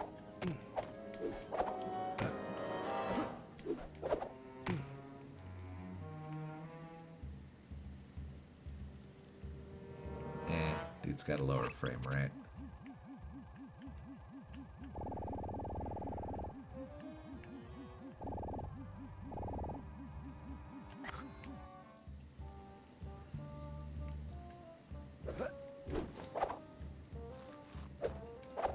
Carrots and pears and oranges, oh my. Huh.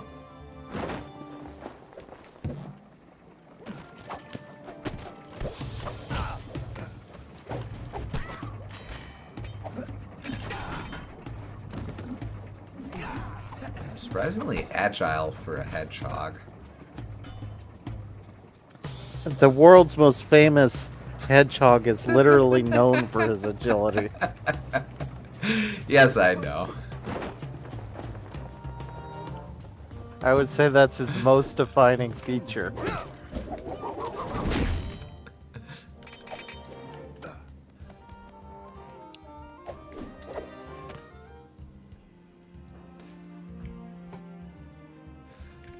Alright, where haven't we explored?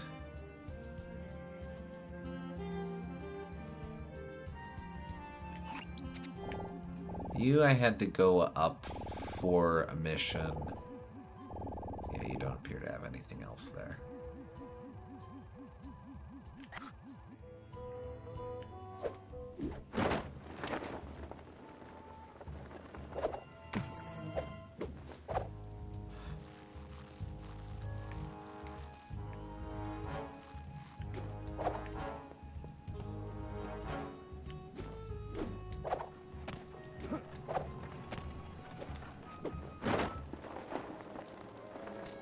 Chronic's the name, lack of agility's my game.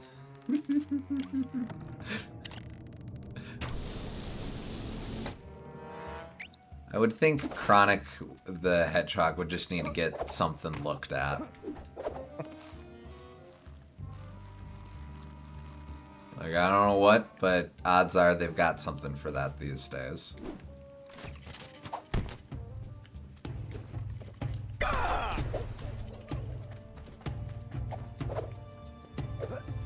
Chronic would have been a better name for Silver the Hedgehog, because he has time freeze powers.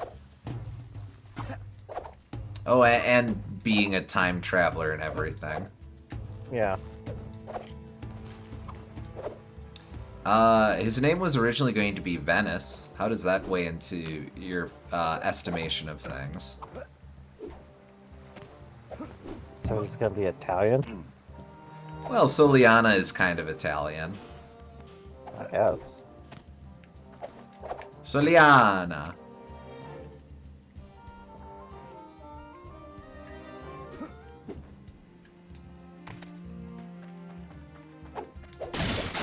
Yeah, Venice the Tenric. Because he,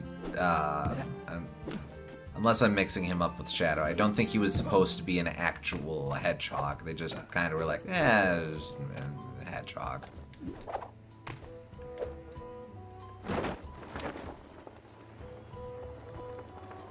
I guess after they did Echidna and crashed at Bandicoot, they were all like, yeah, we've done enough obscure mammals. Well, sadly, frickin' Naughty Dog probably stole a bunch of potential avenues for obscure marsupials. Like, you've got Bandicoot, you've got Pootaroo. Yeah. Well, okay, that's 2, but still. Crash is actually one of the reasons, probably the primary reason the Bandicoot is no longer endangered, by the way. Oh, really? I didn't know that. Yeah. It legitimately brought a lot of awareness to the species. That's like the good light side version of Jaws endangering a lot of sharks. Yeah. I'm reasonably sure I'm going through that backwards. Oh, lack of 2. Maybe don't hang out over there.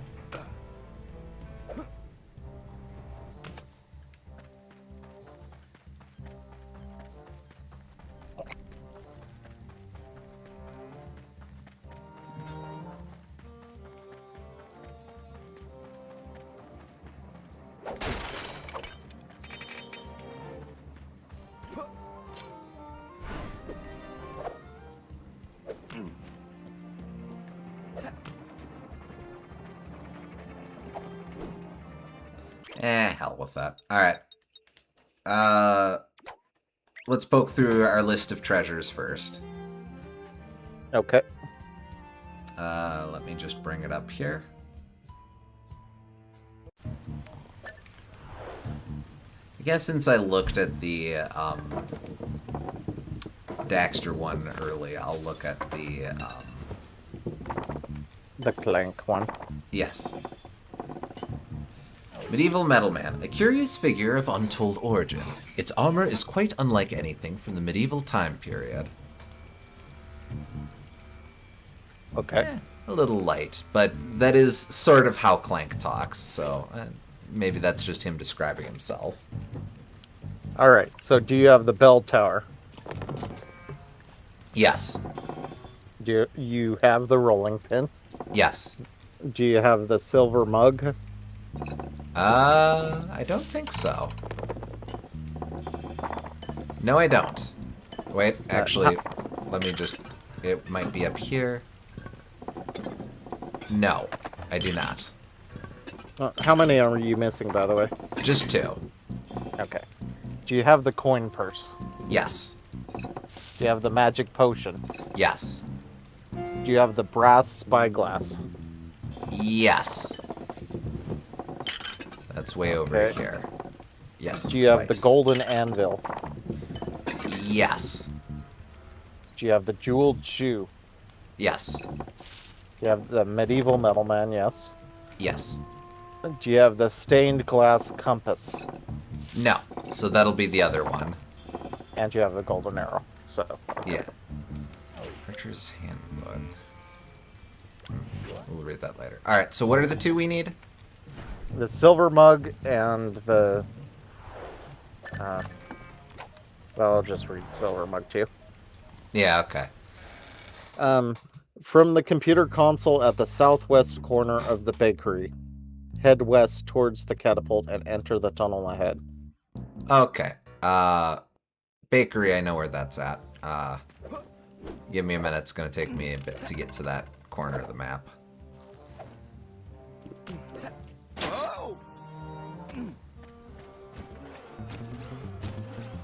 Very important. I must rob this man. Nope. It is no longer necessary to rob this man.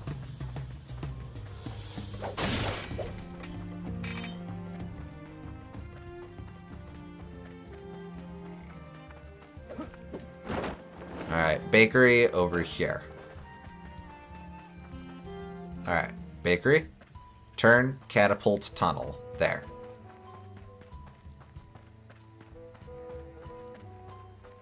Oh, it's just right out in the open, dingus.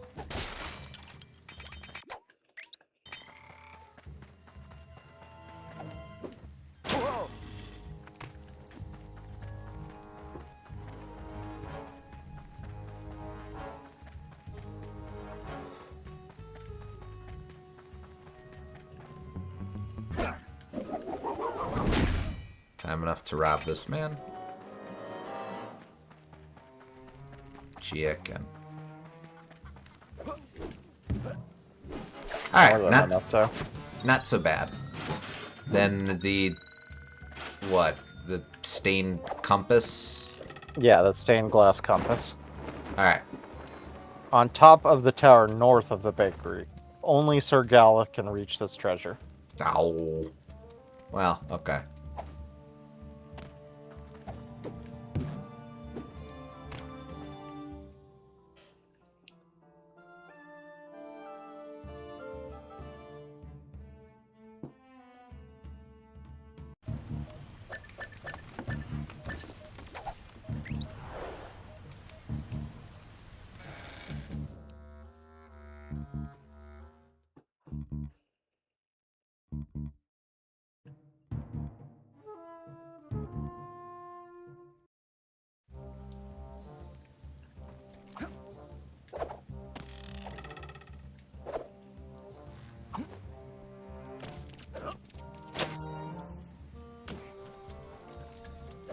Alright, heading back to the bakery.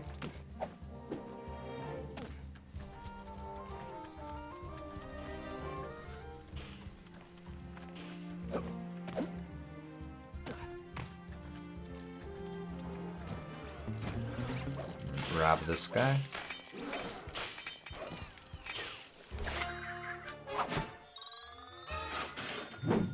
Aw, a little uninteresting that he has the same animation as Sly, but whatever.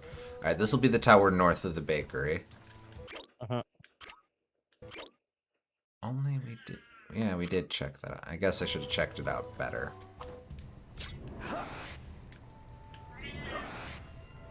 Well, so it goes sometimes.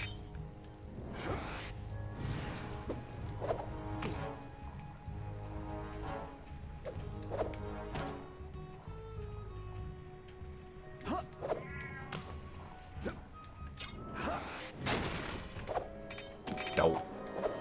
Stop that.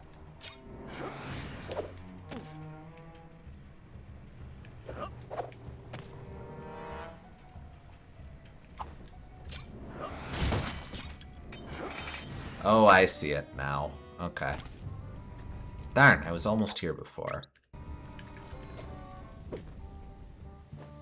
Oh.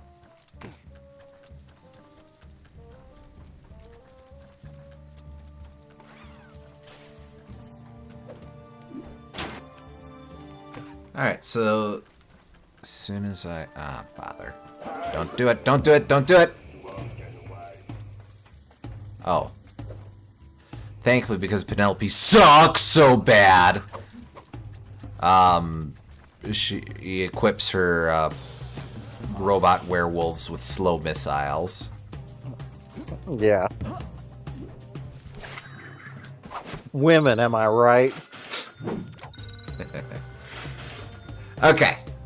Well, that is all the treasures, so I guess I'll grab that arcade game right away, because I can. And then we'll just loop back around for the other 2 masks. Okay. Alright, let's see what we got. So I don't know what this is gonna be. Super Alter Ego! Oh. And don't expect too much. Alright, hold on. Lena, up here. There. Alright, keep an eye out for the mask. Unless the game decides it'll give us the mask when it's damn well ready to.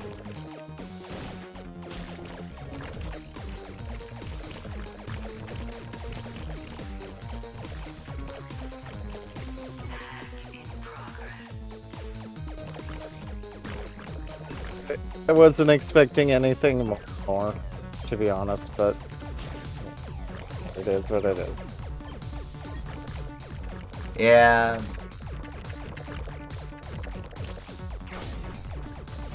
Come on.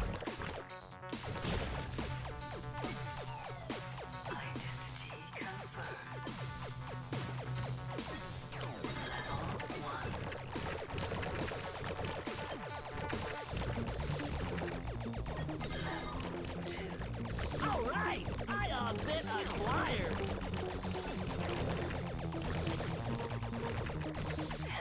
In the shmup community, it's like a big no-no to have health bars in your design. People What? compare. I think you got squished. Yes, but weird way to handle that.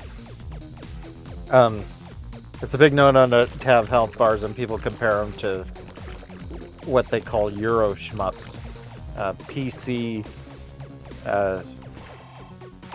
shmups made by largely European developers that are known for like not very interesting bullet patterns and health bars and like overabundance of enemies and like level up mechanics and that kind of thing.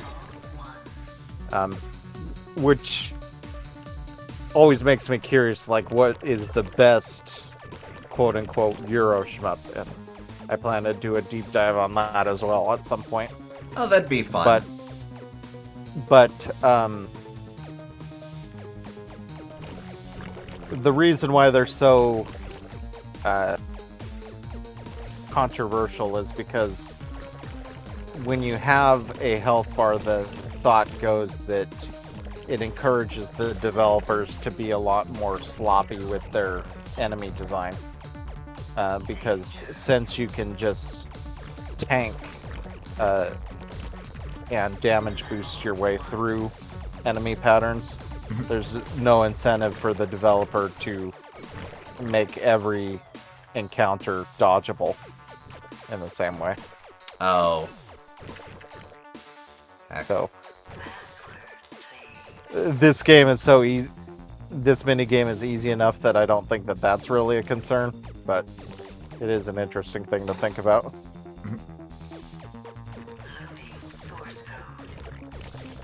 Because it also relies heavily on its health bar. Is it? Oh, it retains. Okay. That could be worse.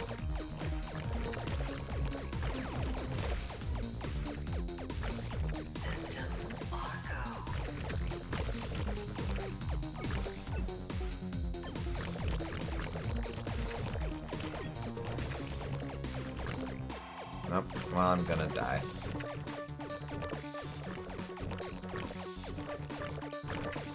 Not yet, though. That's what I'm wondering. Come on, up, up, up, up, up, up, up. Yeah, okay.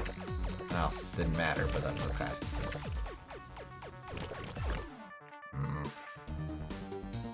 I guess it's kind of interesting that this level's moving so fast that it punishes you the way Gradius does. Yeah.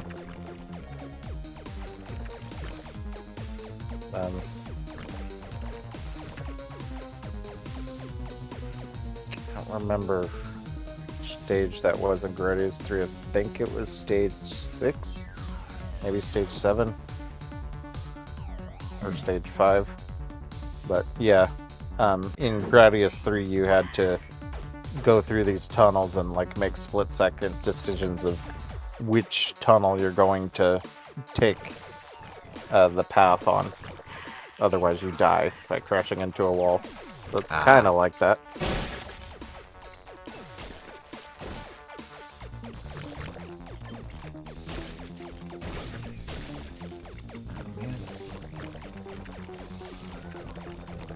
Alright, I bet this is the secret route that contains the mask.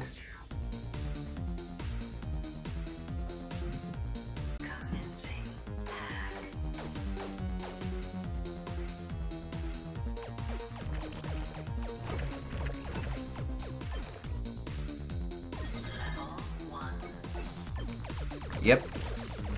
Nope, that's a bomb. Bombs are not masks, except for that one.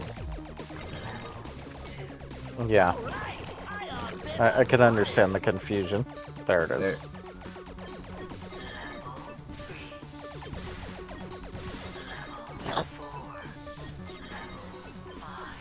Yes, I just gained a valence shell.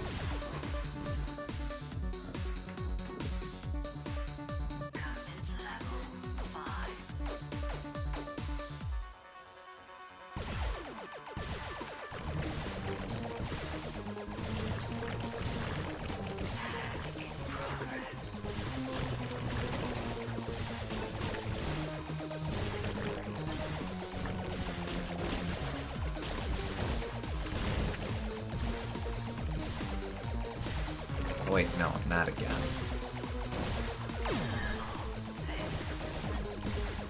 I guess I could just endlessly replay that to get maxed out on upgrades, but I don't wanna. Depends on if they refresh them or not. I'd imagine they would since they refreshed the other ones in this area. Obviously, Yeah, they wouldn't I guess refresh so. the mask, but Yeah. If so, I guess that's how you get the ultimate high score in this game. You're welcome. gosh, Penelope could figure that out. Surely you can.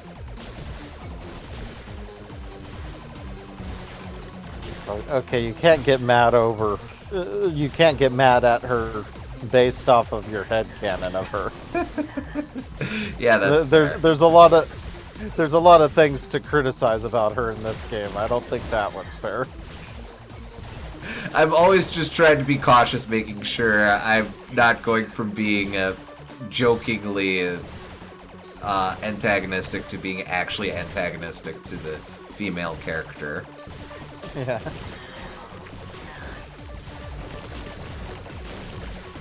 I mean, I don't have any problem with how Carmelita's handled. Some of my favorite characters are female. Oh, well, okay. If you're gonna put it like that. But no, I think, weirdly, Carmelita is probably the character who's handled best in this game. I don't see I would any be inclined to agree. I don't see any problems with her portrayal in particular.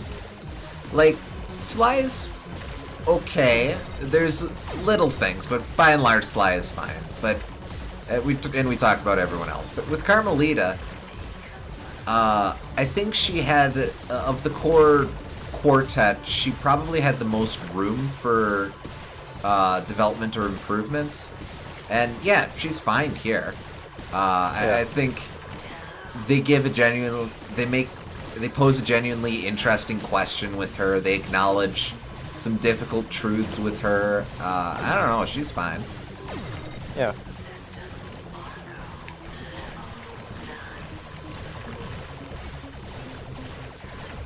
And she never feels out of character, really. Except for maybe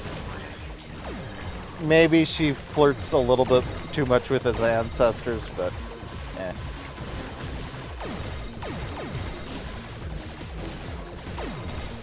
That's fine, I guess. Maybe we're meant to look at it as in a Back to the Future sort of way.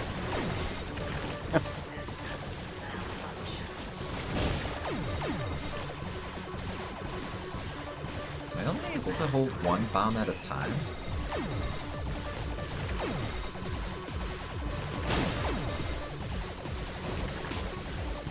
Maybe you're using your bombs too wisely.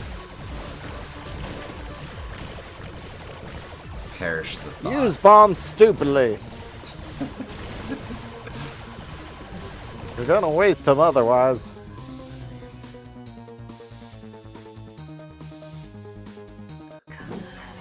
Feels like the sort of advice Pigma would give.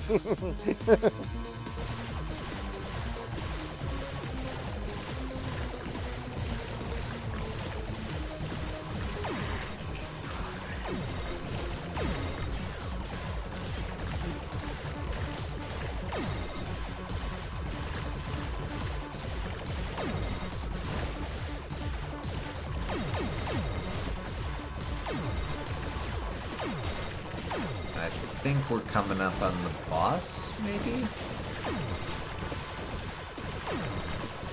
Maybe?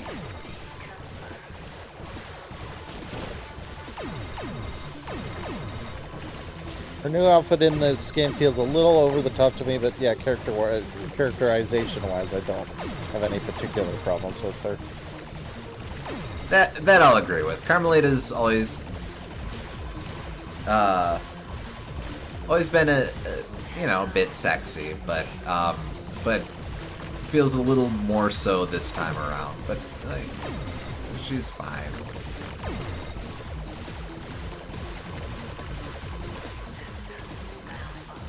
I hope you realize everyone's going to call you a furry now.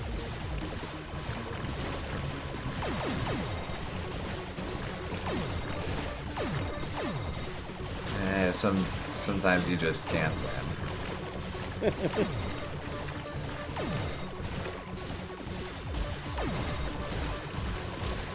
All love, of course, to the furry community. I am just not one of you. Yes. Says the guy whose first crush was an Animal Crossing character. I don't know how to explain it, man. Ours was a chaste love.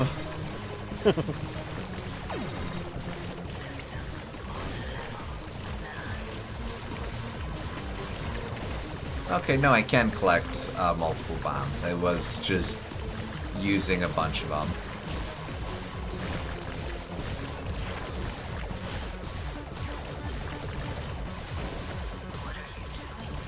Just in that, use bombs wisely after all.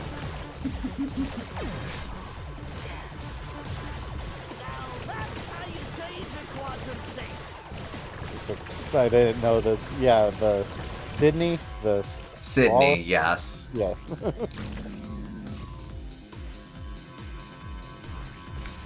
Ah, damn, that was a waste. You see, she's named Sydney, much like Sydney, the town, the city in Australia, famous for its opera house. Yes. Because she is a koala, you see. Very deep characterization there. She didn't show up in Wild World. I was so gutted. It was like, Sydney, why? I think they brought her back in city folk at least, so she wasn't gone forever. But it's still like, Sydney, what happened?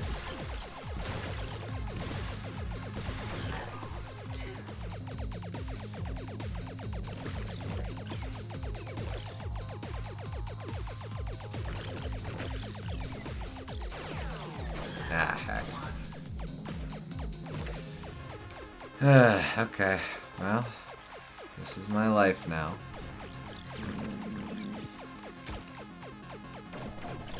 I'm gonna crush your bites to this. That's kind of cute. Looks like somebody's got her wires Oh, crossed. apparently Sydney's personality type is normal. How does it feel being incredibly basic, LB? I believe. I really gotta. Yeah, high score. Yeah, I died. I would think that if nothing else, I've established over these years of playing stuff, I am very much basic bitch.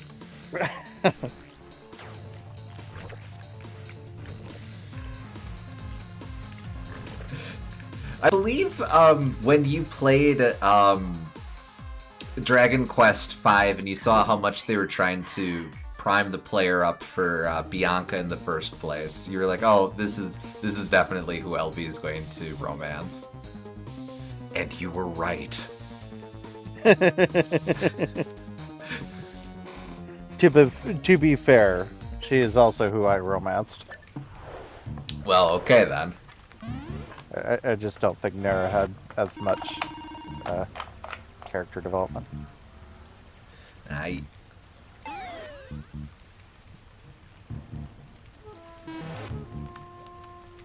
Okay. All right. So, two masks. Honestly, let's run through the missions real quick. Let's do them job by job before we do the overworld ones. Or hub area ones, I guess.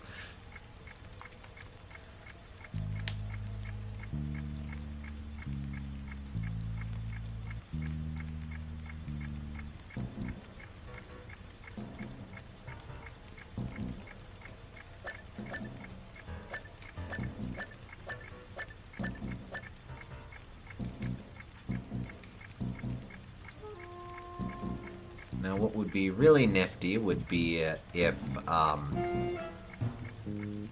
like, they were all in the main hub area, but I know that's not the case.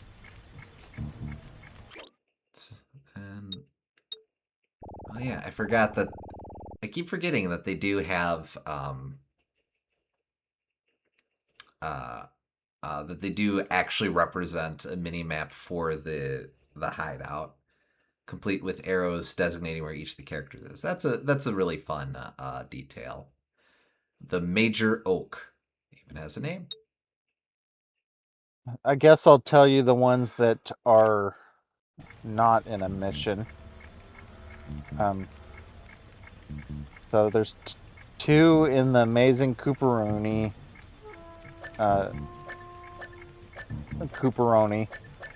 There's one in the Belly of the Beast, two in Assembly Line.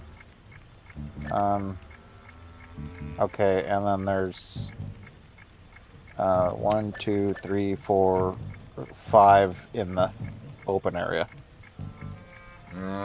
Okay, let's start with the open area. Now we got, let's see, we collected 2, I think, this session. One of them was as Sir Galeth.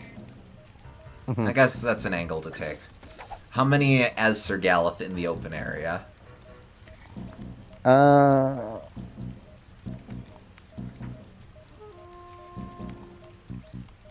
There are 3 with Sir Galeth. Alright. Let's see what we got then.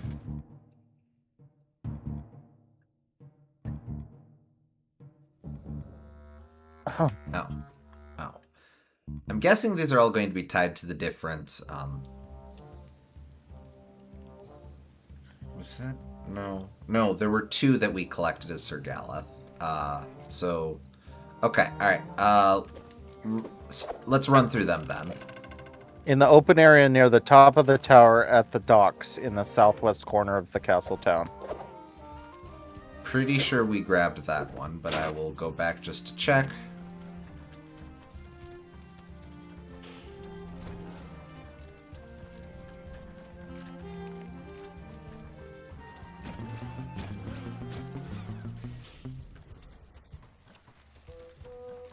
Yeah, this is the one that we cheesed by gliding to as Sly.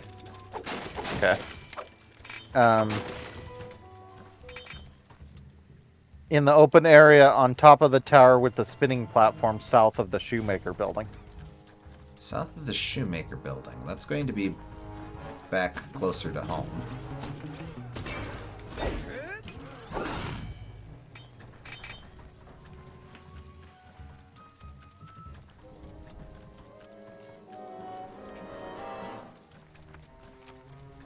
If it comes to exploring the missions for the remainders, I know we got both in Amazing Cooperoni. Okay.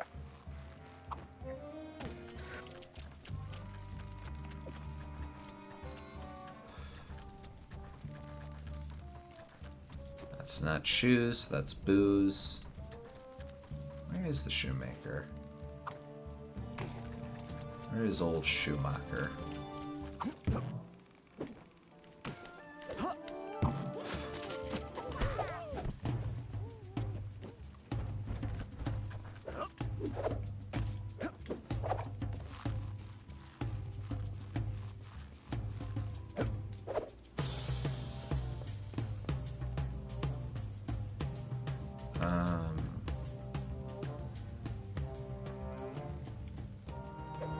That's probably going to be, well, in the town area again. So I guess this is town.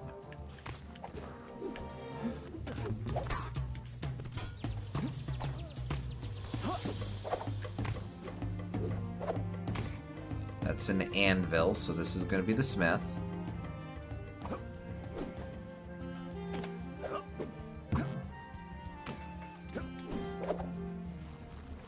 That's the shoemaker. Alright. Why does he just hate that? Okay. Oh, this tower. This was, I believe we grabbed this one in a previous session. But again, I'll check.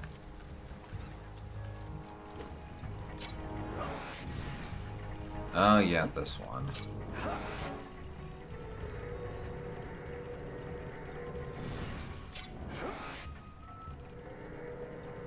Sorry, again to make sure it's at the top of this tower.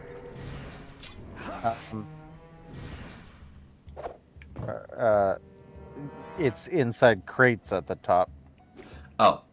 Yeah, I definitely remember busting these crates. So, alright, we got that. Okay. In the open area on top of the roof of the tall structure directly east of the shopping spree start point. Town area. Bounce off the trampoline on the ramp or to a pipe. Then you can use Sir Galith to get up there.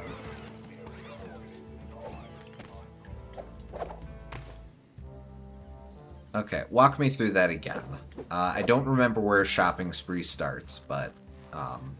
In the open area on top of the roof of the tall structure directly east of the shopping spree start point. Bounce off the trampoline on the rampart to a pipe. Then use Sir Galith's catapult crash technique.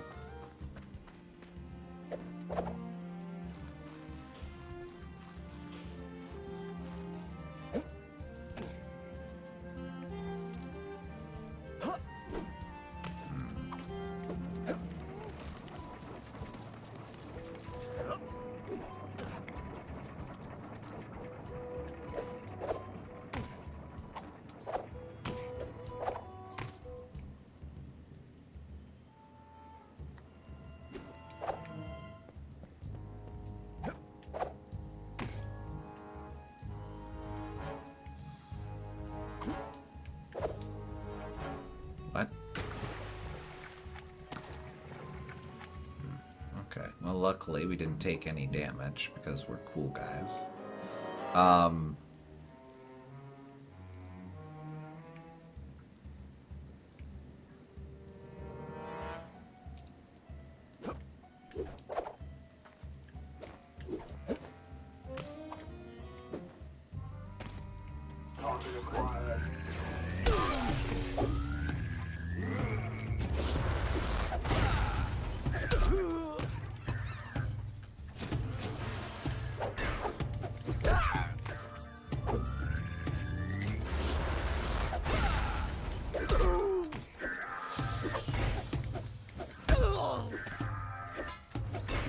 come on. Ugh, okay.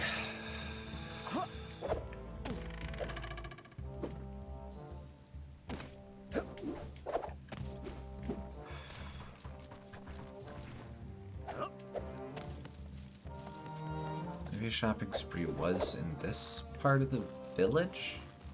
No, it would say village and not town. Besides, there's not a lot of pipes here to platform up to. It's got to be in the actual walled town.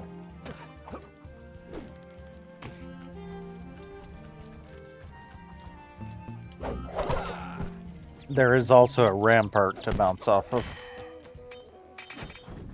Okay, yeah, that is absolutely going to be up here.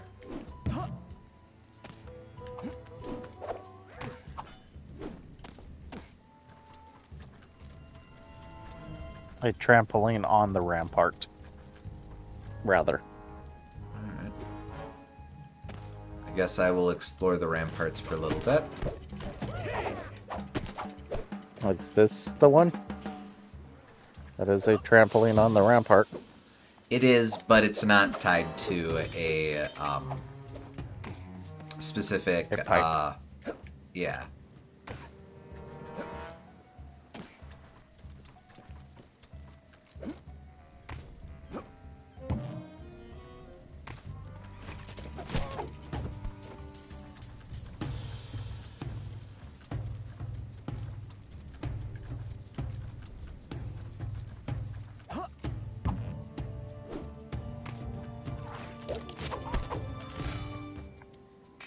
Continues to not be, that's not a pipe, that's a rope. Ropes aren't pipes. Oh, okay, it's this thing. This we got before. I had a feeling it would be this, but good to make sure. Yep. Yeah, it was Okay. Up there. Alright. So then the other two open areas. In the open area on the rooftop on the front side of the tavern. Aha! I can at least scope that out as Sir Galeth. Alright.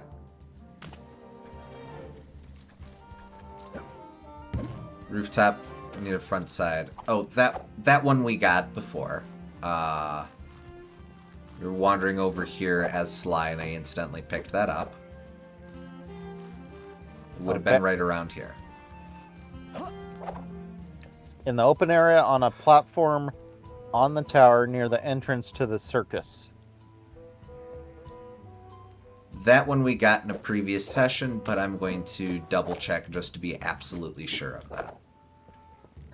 Jump on the 3 perches on the tower, then jump on one of the ropes with the blue globes on the end. Let the tower carry you around to the platforms with the mask. Yeah, it would be this platform we're coming up on here that's down below. So, okay, so it'll be in one of the missions then. Or they'll both be in one of the missions. Or they'll be in missions. Blech. Yeah.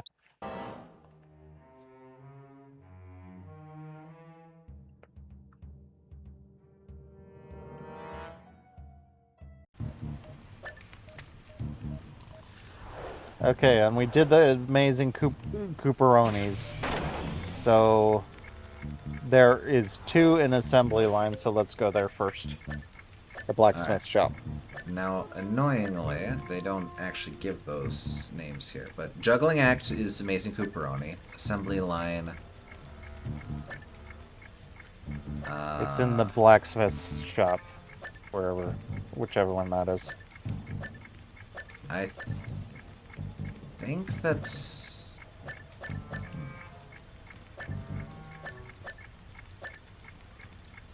Mechanical Menace.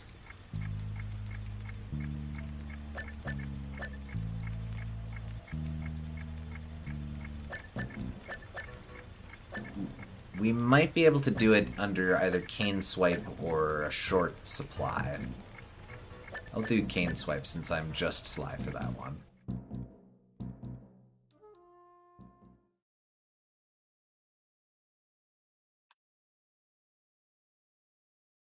No, wait, it would be shopping spree.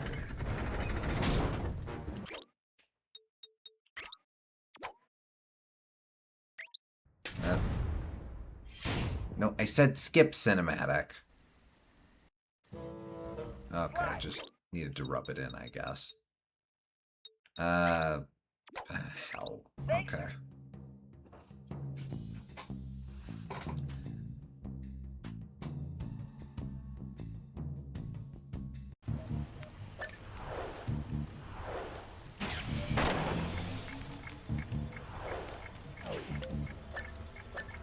Shopping spree. Okay. All right. Blacksmith, you said. Yep. All right. Give me a little bit. I'm gonna have to get through some stuff. First off, Sly, you'll need a more appropriate outfit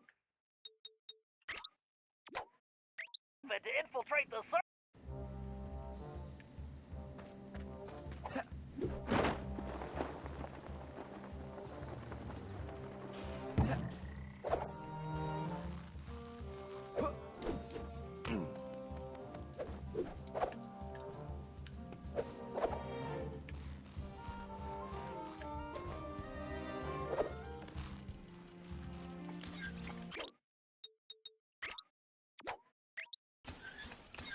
Nice to be able to skip That's it. Head to cutscenes. the tavern, Sly. Since I have to go there anyway, is there any in the tavern? Are there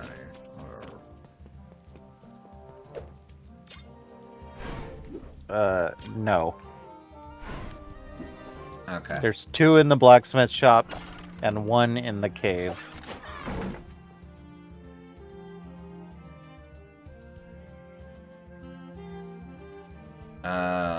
Any in the shoe shop? No. Why? My readings show the presents There's presents here? I of a want presents. particular.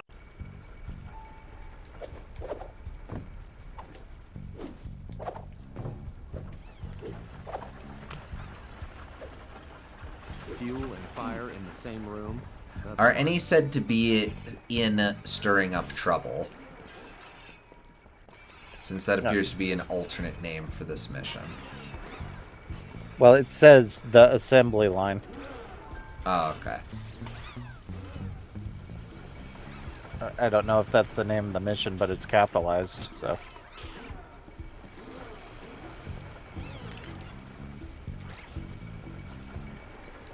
the hell am I going? Up here. Oh, over there.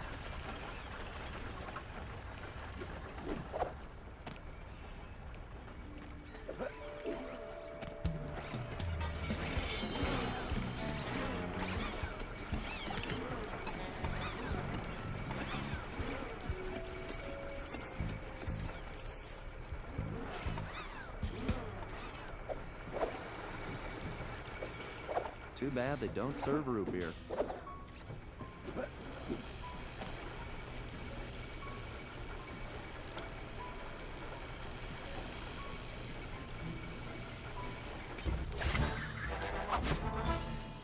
Another minor nitpick.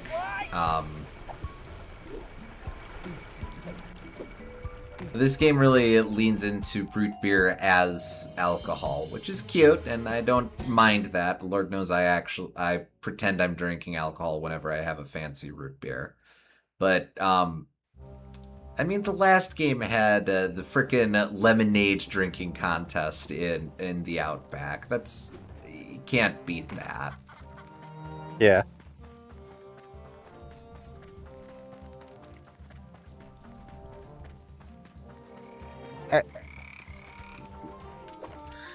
I think root beer's also just kind of overdone, like for that kind of thing. Like Monkey Island does it, and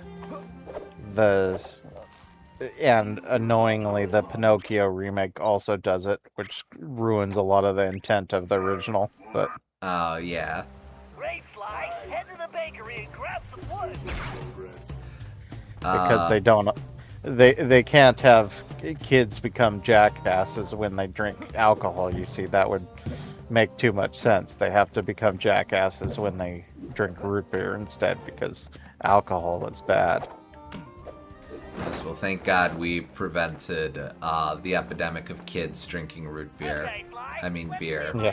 take a little Yes. code and get you in. Do you also pretend to be drunk after drinking a fancy root beer? I will occasionally insist that I have a 3 root beer limit.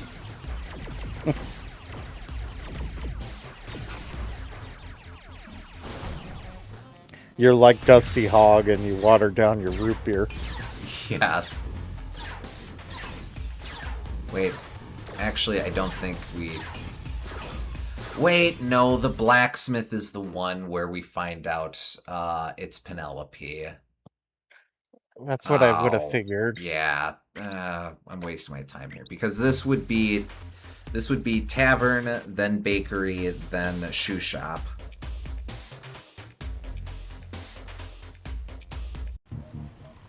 It would make sense that she would be in the blacksmith considering she's the engineer, but Yes. that's related. Yeah, mysterious blacksmith operation. I'm reasonably sure we got both of these, but we'll run through this again just to be sure.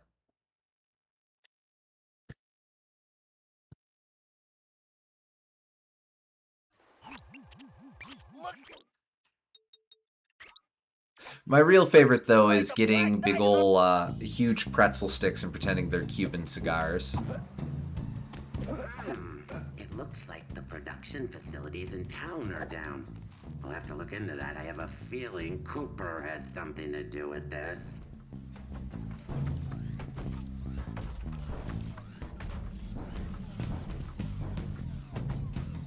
She's the blacksmith. She just can't escape that kind of epithet. Ugh, dealing with Cooper is really giving me a headache. He makes me so mad. I need to squash him once and for all. Then I can get things back on track.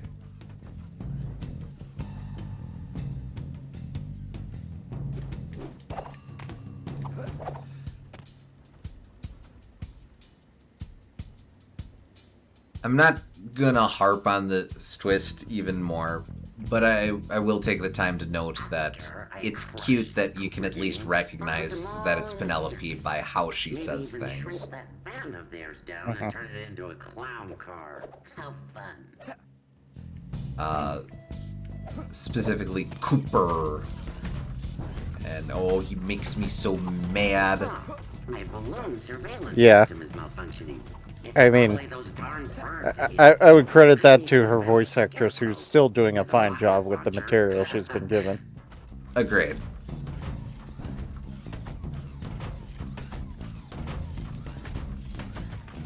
Bentley, he's going into the blacksmith shop. Should I follow him inside? Now, I'll take it from here, Oh wait, it's a cinematic. We don't have to see that again. Sly. I should...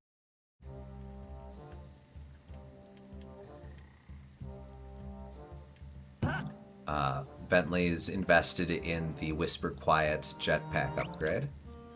I see.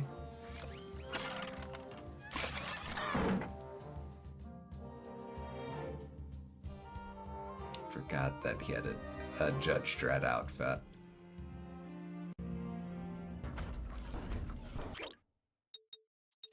Okay, we're in the blacksmiths.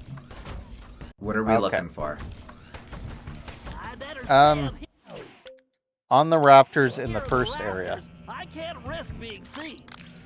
when you come to the gap with the laser net beyond it, turn around and throw a sticky bomb at the wood blockage on the southern side of the room to reveal the mouse behind it. No way I'm letting this guy get his hands on Sly. We have to stop him. Okay, first room. I mean, that was laser grid. Turn around.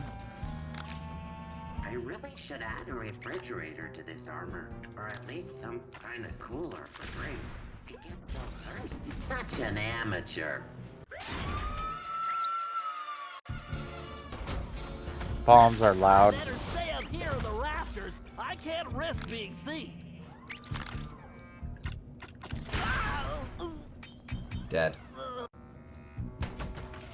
Bomb's also I better hurt. stay up here in the rafters. I can't risk being seen.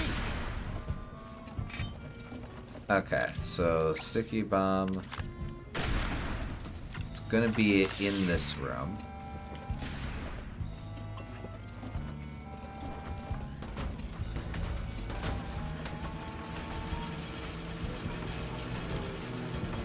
Oh, no, that's a laser net.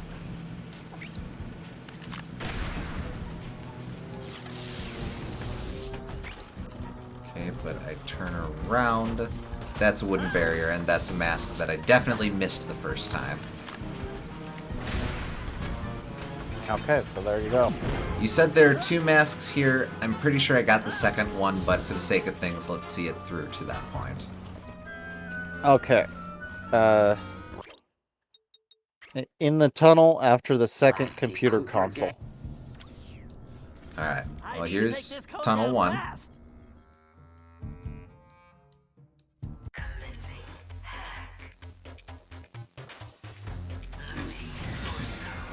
The speeder's laser loop would work perfectly on that switch. And I still am not fond of the laser loop. Oh well.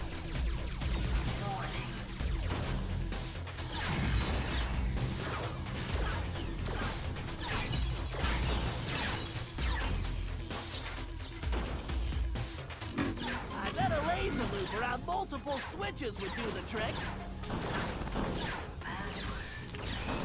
But Pokemon was able to get like 3 entire games off of that one mechanic.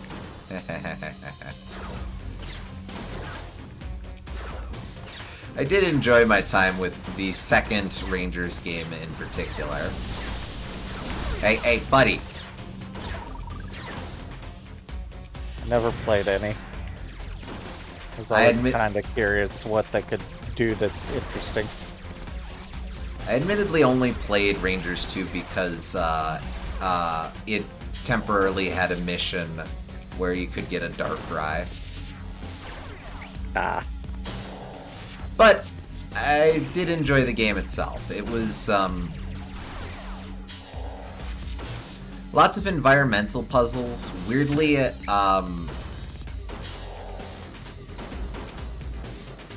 you remember, this is a very specific example. You remember that bit in Mario and Luigi Superstar Saga when you're exploring the seabed?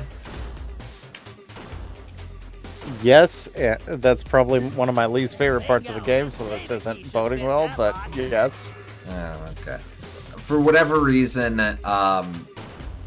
there's an underwater section in Shadows of Olmia that reminded me of that. I remembered it being fairly decent, though. That area just very slow movement, and with the cheeps are hard to avoid because of awkward 3-dimensional movement. But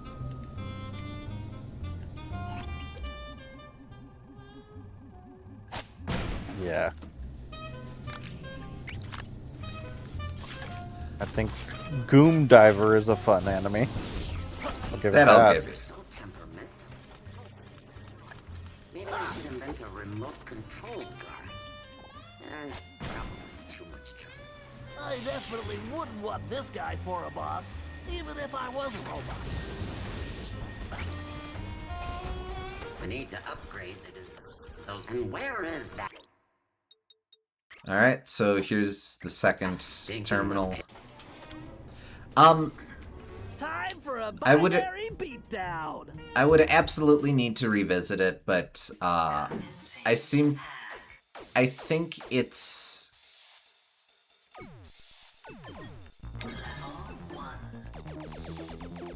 maybe a little slow due to the nature of having a lot of environmental puzzles based on having a specific Pokemon as temporary allies, and having to do the loop-de-loop minigame every time you want to recruit a Pokemon.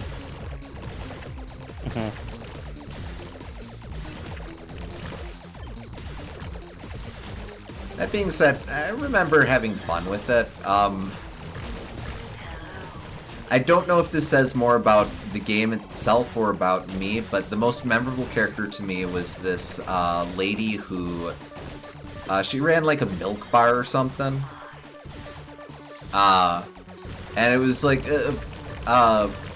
this being Almia being a very rural region. It was like the place where the hero and his friends, or her friends, or their friends, went to hang out. And there's this one lady whose name I don't remember. I want to say it started with an O, but kind of a stereotypical farm wife who is slash tavern owner or slash whatever. Except her thing is that she was inexplicably monstrously strong.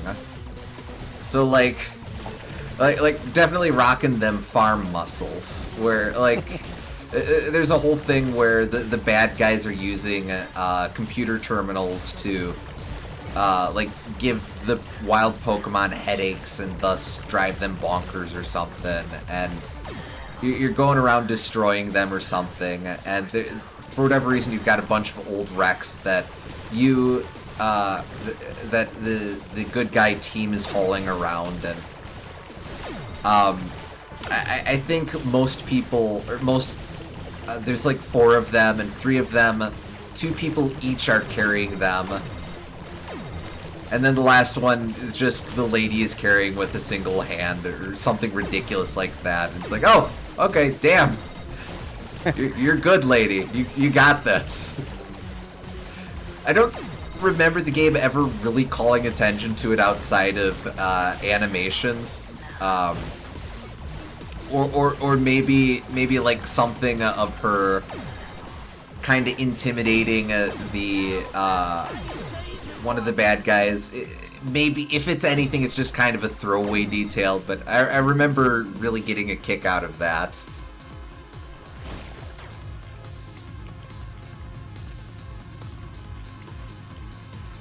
And again, no idea if that says more about me or about the game's priorities, but there you go. Now then, get it, you one-eyed silicon freak!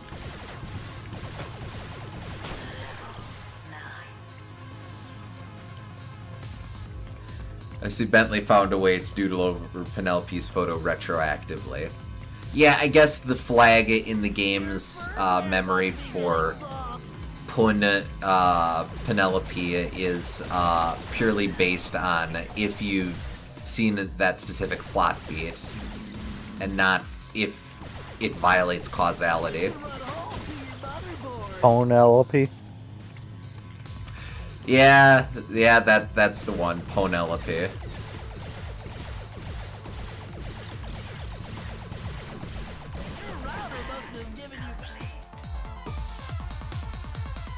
Okay, so since you finished the second terminal, I think I know exactly where it would be. It's going to be a short walk over here, and it's jump that on the crate two over there.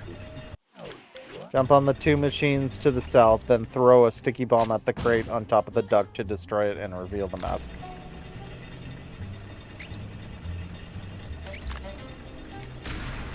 Yeah, I did grab that one before. Okay. Alright, and it's just the 2 in the blacksmiths. Yep. Okay. So let's Where get am I out of going here. next? You are going to the cave. The cave. Oh, yeah, okay. The belly of the beast.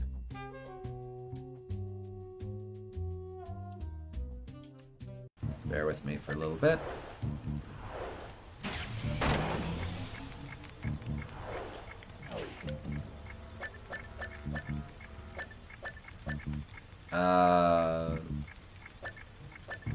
I think that's hard target. No, it's mechanical menace. Remember you getting yourself killed trying to get that one. That's right. Yes.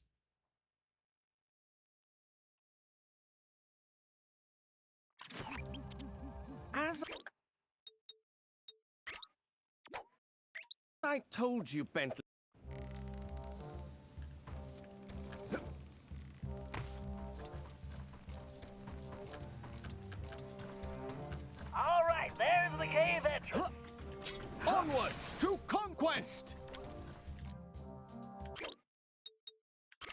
Oh wait, no, we have to...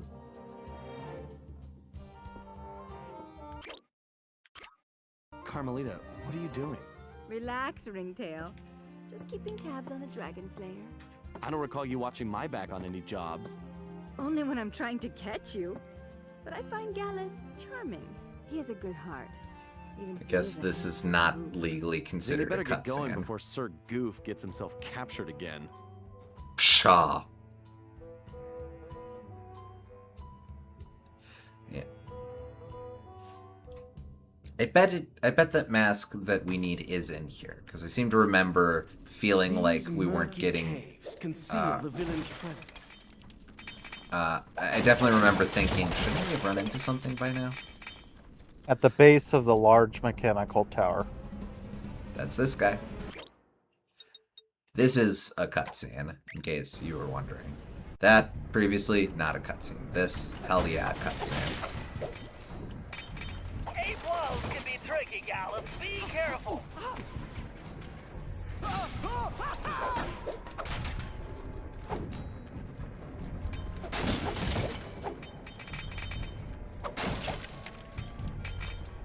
Okay, maybe here?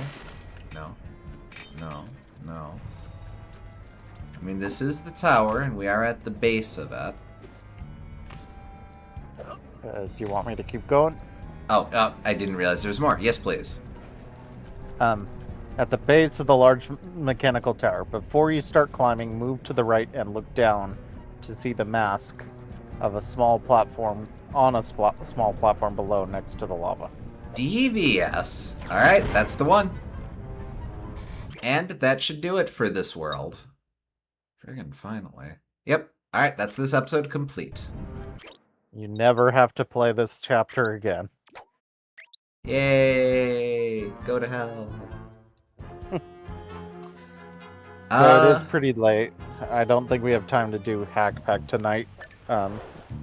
Do you could- want to grab bottles from episode 5? I was thinking just the same thing. Yes. Alright, cool. That shouldn't take too long, especially since we've got the cheat.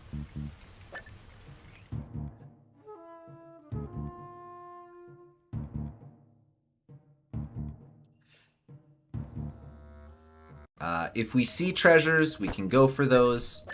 I'm not going to worry over much about those. We're just focusing... Aw, come on. We're just focusing on bottles. And then, yeah, next time we'll start Hack Pack. Did we see what the Ancestors gameplay gimmick was in this chapter yet?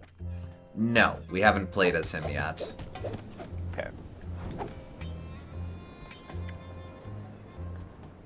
That is the safe. It is safe to be the safe.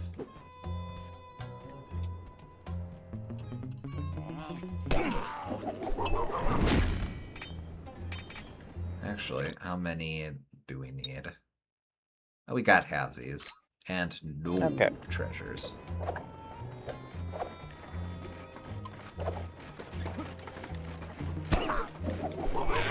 I think let's just go for bottles right now.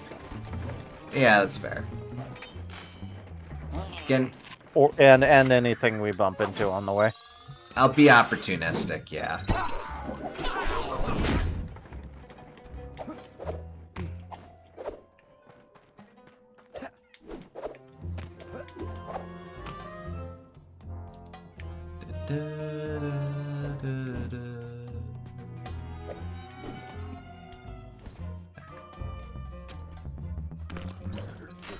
I'll rob this man girl with a tiny ass, but only a little bit.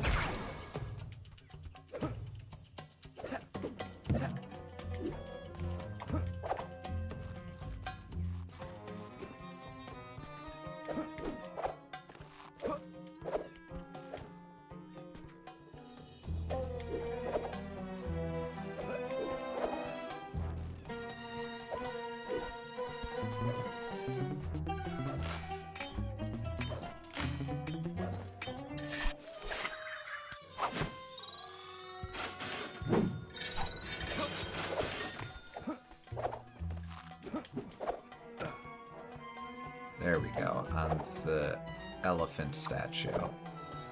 That There's somehow another one.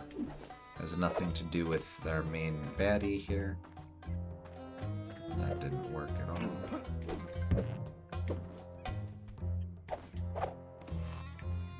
Yeah. Can't tell if it's racist or not because, like, Hinduism. Well, we're not in India. This is Well, exactly. That's why it would be racist. no. Because a lot of it would be a lot of conflation of Middle Eastern cultures. Is what I'm saying. This I see. I will grab.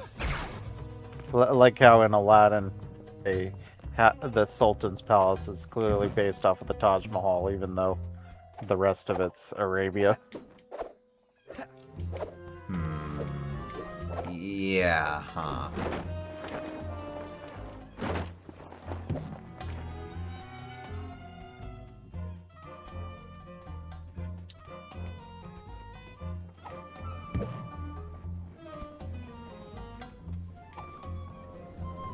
Oh, come on.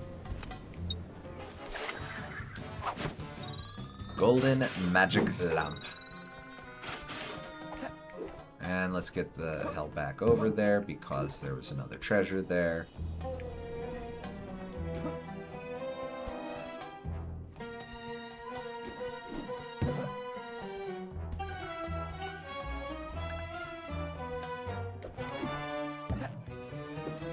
Assume SG is referring to the treasure we just grabbed.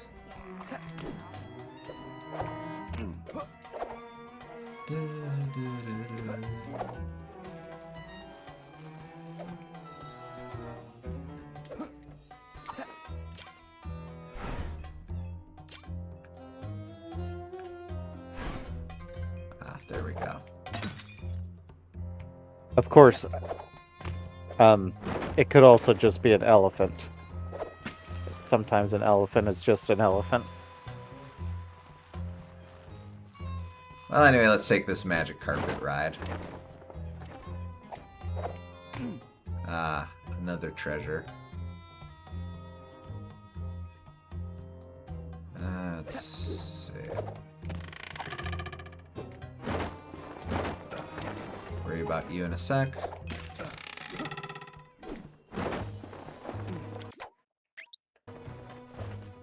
Ooh, a long one.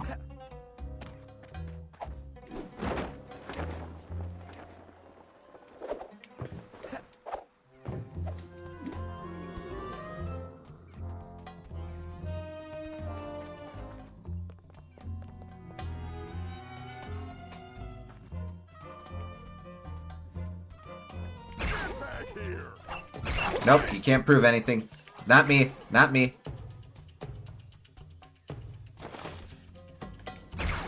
A viper in the grass! No way. Puffin's cookie jar. Oh, aw. That'll be the cookie jar that's the Cooper gang stole as their first heist back at the orphanage. Oh, that's cute. I'm not gonna hate on that.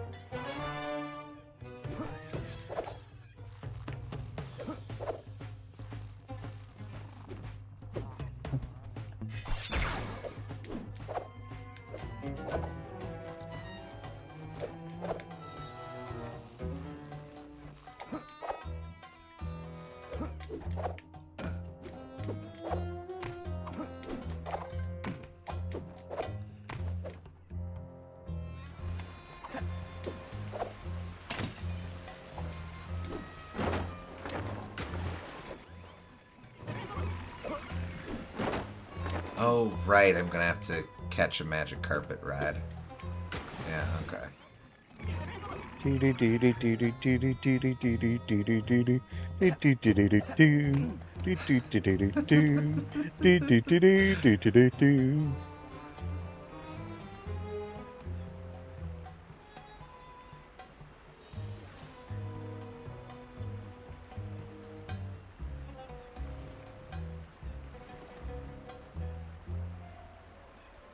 So, How are you? Oh, here we go. Nice.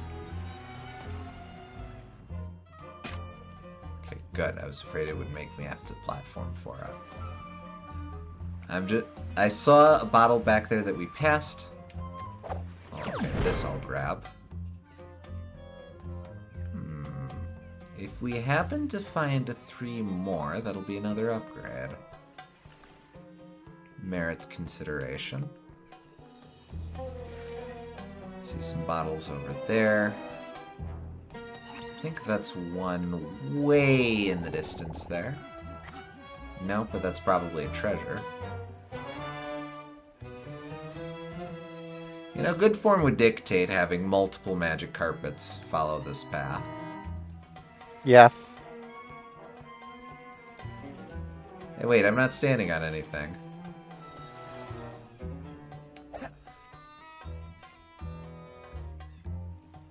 At least you log on to the carpet. I appreciate that. Agreed. Let's see, that's going to be a treasure way the hell over there. I think that's a mask on one of the ships, maybe? Maybe not.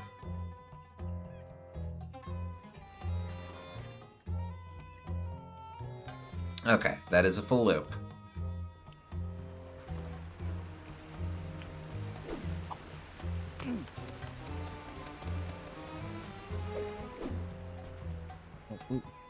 That's a treasure. Oh, yeah.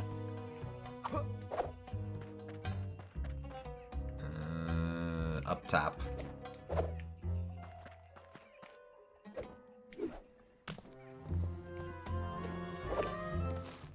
Okay, what's going to be my way? Probably from over there. Still thinking about that treasure. I'll double back to it.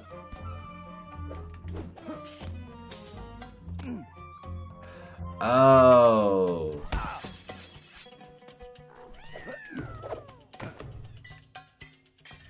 He thinks that has to do with the ancestor. It might, but let... Rude. Bro.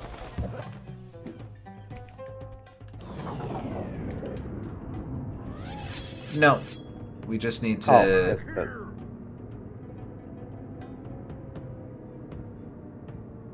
Well, there is a mask up here. That's not nothing.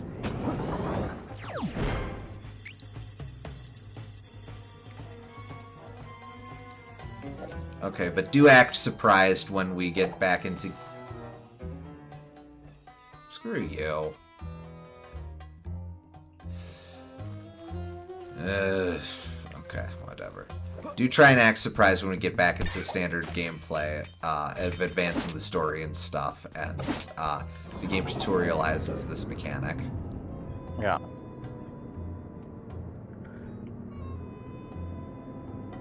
So is that a lady raccoon among the world's enemies? I don't know if... Why? I thought I detonated that seagull for a second there. I don't know that that's a raccoon, but it's definitely a lady. Hell with that. No, wait. I think I need to... Wow, that is really far away. That's another treasure. There's a bottle, too. Yep. Behind you. On that one of those spires. Oh, yeah, I see. Wait, that's not on one of the spires. We'll grab it, but... And then on that tower. Oh, okay.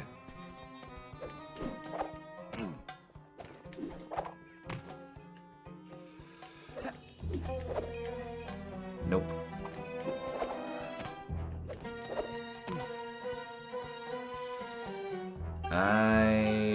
I see how I get that one. Okay, so this one I'll double back.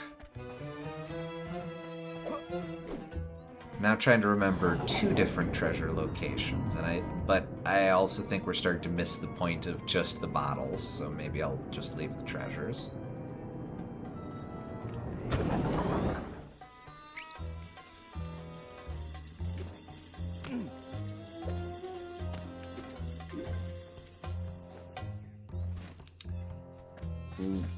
That might be the thing that we need Salim Al-Kupar for. That would make sense. No, don't tempt me.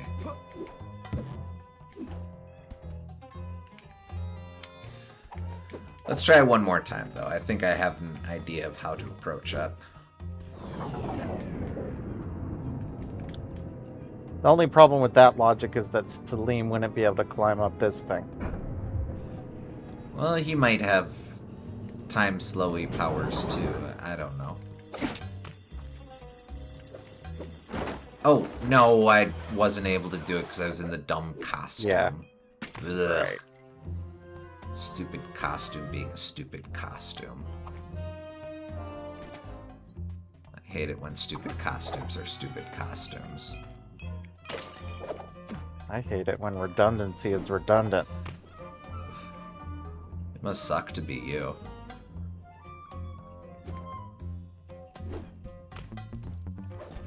Here, let's just thread the needle on stealing from this man.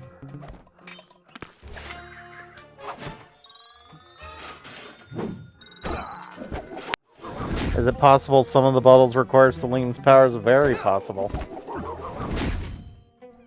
I hope not. It could be, but I hope not.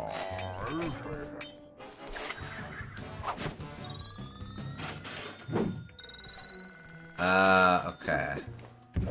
I need to go back to the friggin'... No? Wait. Ah, damn, I've gotten all turned around.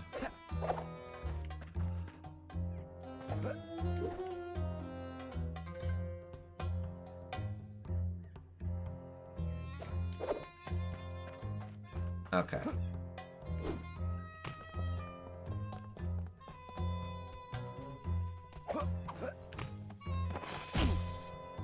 Oh, right. I need to slow down time in order to climb this snake thing.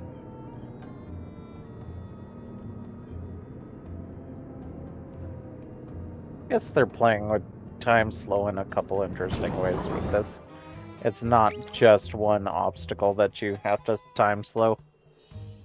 A couple different things. And a mask there. Okay, this I can't overlook.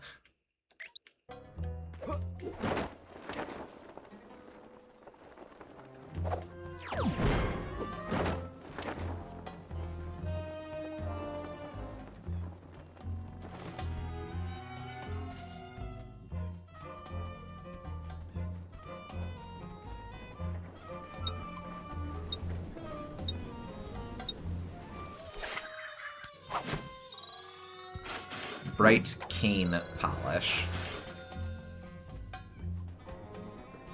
Can't remember if... Technically, that was a bottle. You know what? Granted.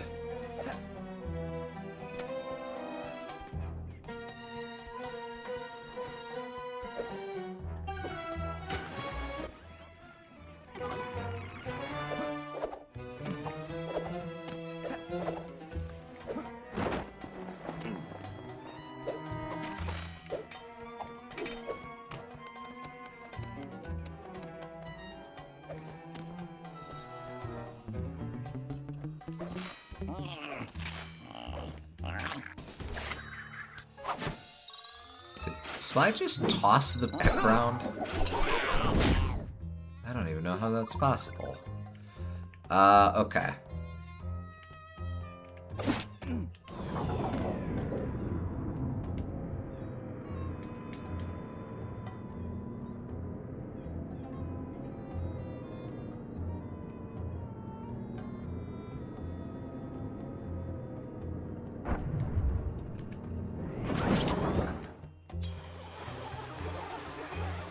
Why?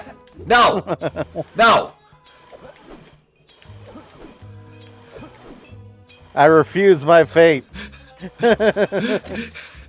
Damn you!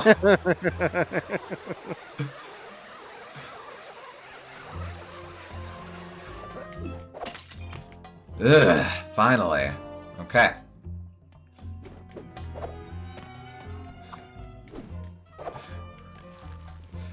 Appreciate the game at least let me get away with that. Jeez Louise.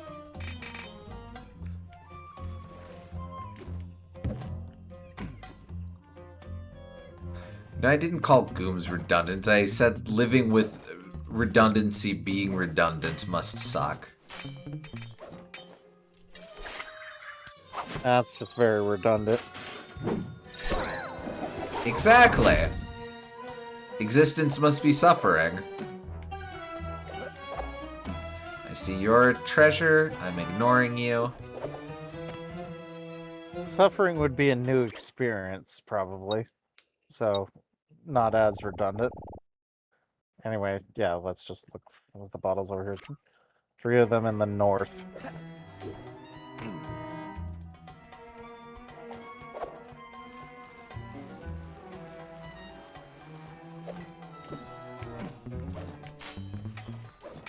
I think that's like a desert fox, maybe.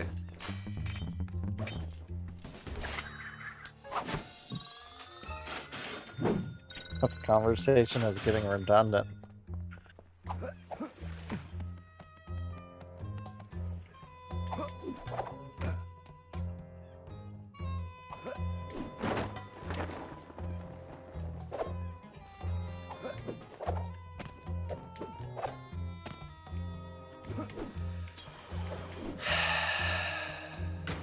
Well, It got mad at you sighing aggressively at it, so it said, well, fuck you, buddy, I'm gonna kill you then.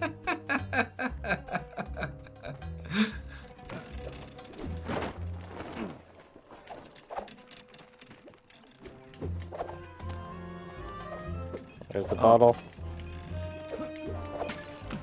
in fact, I remember spotting that one last time. So, yeah. Where the hell are the others? Up.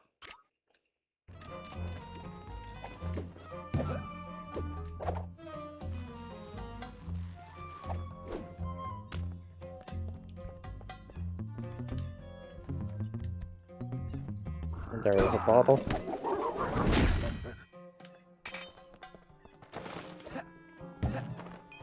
You are another treasure. I am ignoring you. Not here. Okay. Just in case you somehow bring me closer to the bottle. And look at that, you sure do. Alright, where's the last one? Nope. Last one. Bottom left.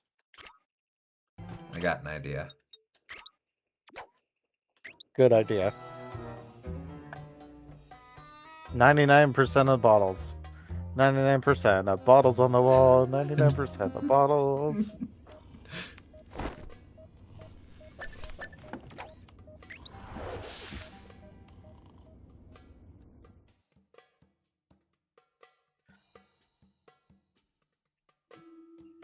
An ancient nemesis of the Cooper gang, Clockwork was responsible for the death of Sly's parents. Such weasel words for getting out of saying he killed Sly's parents.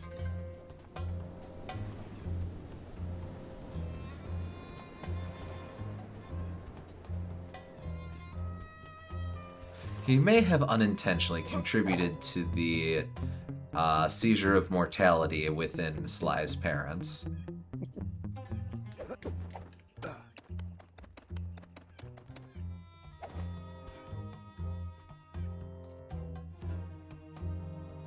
No.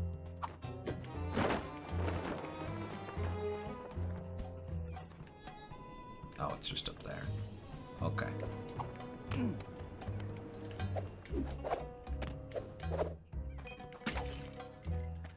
Okay.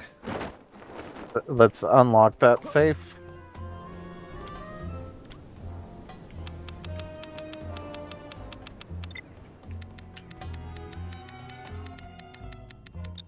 I'll see if that whatever helps for the session after next. It's probably, oh, you get all the treasures. The Guru's staff piece. Whereas that is also a cute reference. We know that that's called the Moonstone. Yeah. But let's not be too picky. Maybe they acknowledge that in the description itself, which we will now read. This will be the last thing we do tonight, I guess. Yes. That's a lot of treasure. Alright, some of these we have read already. Euro Slicer 2000. Created by a cranky yet clever Cooper, the Euro Slicer 2000 was a hit during the Arabian market crash of 1001 AD. Cute. King Monkey Love. This mysterious figurative monkey sculpture is rumored to imbue its owner with the power of animal magnetism, turning even the most sheepish of suitors into irresistible love machines. I will remind y'all that all the treasures located on these top two shelves were contributed by fans. Oh. Temporal flux driver. This mysterious contraption was first discovered in the wreckage of a sunken Roman vessel. It gives off a pleasant series of musical tones and a faint vibration when it is wound up, but has no other discernible effects so far. Mona Lita. The portrait of this young lady is of Mona Lita, the famous detective. Soon after the painting was finished, she revealed herself to the artist and apprehended him for forging canvases. I guess Carmelita has her own family history of police detectives. Just shy of midnight. We have been running along, sorry. Puffin's cookie jar. Stealing Mrs. Puffin's cookie jar was one of the gang's earliest heists. Bentley devised the plan to steal the jar off Miss Puffin's desk. Sly snatched the cookie jar in his cap just as the janitor arrived. And, though it's not specified, Murray ate all the cookies. Bright cane polish. Tired of lizard scales and porcupine quills scuffing up your cane. The Cooper family choice for centuries. Just apply a small dab of polish and buff with a clean cloth. Look at that cane shine. Brass spyglass. A collapsed brass spyglass with an embossed pattern on the side. It makes a fashionable addition to any thief's toolkit. A collapsible, not collapsed. Oh, excuse me, you're right. Stained glass compass. A custom-made compass of intricate stained glass design, meant to be worn on the wrist, essential for navigating unfamiliar places. Wait, is that? That almost looks like the thing from The Mummy Returns, but that's such a specific reference that I can't imagine that's what they're doing here. Slyton Common's vase. Young Slyton Common would place this vase in hallways and hide inside, waiting for unsuspecting victims to walk by before peeking out to grab valuables. He was only 13. T-Rex skull.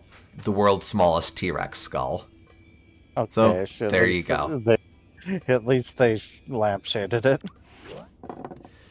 Dino egg. Eggs like this used to be the main source of food for the inhabitants of the region, but after Grizz and his minions arrived, they have become more and more scarce. Stone wheel. The very first wheel was made of stone and started off square, but after years of rigorous testing, the shape started to form and turned out becoming a hexagonal shape. A few more tumbles down the hill, and who knows what shape it will turn out to be. Saber-tooth skull. The Grizz often pulled out this skull to scare the saber-tooth soldiers into following orders. It's actually made of hollow wood, but they wouldn't know the difference. Grizz's lair key. This key opens the door to the Grizz's private hangout. It was made from the tusk of the first and only mammoth who made fun of his fancy jumpsuit. Harsh. This we saw before, but a stone tablet with the etching of an ancient turtle floating on some kind of mechanical device. Where could they have seen this before? Ruby crystal, a limestone covered in precious rubies. Gems like this were collected to decorate Grizz's crown and give him the sense of worth he's always desired. We saw Daxter before.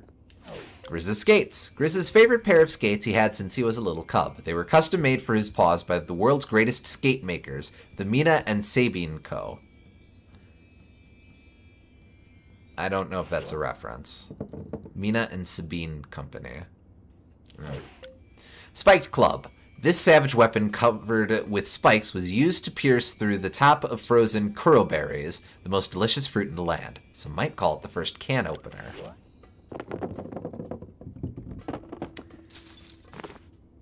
We read that, we read that.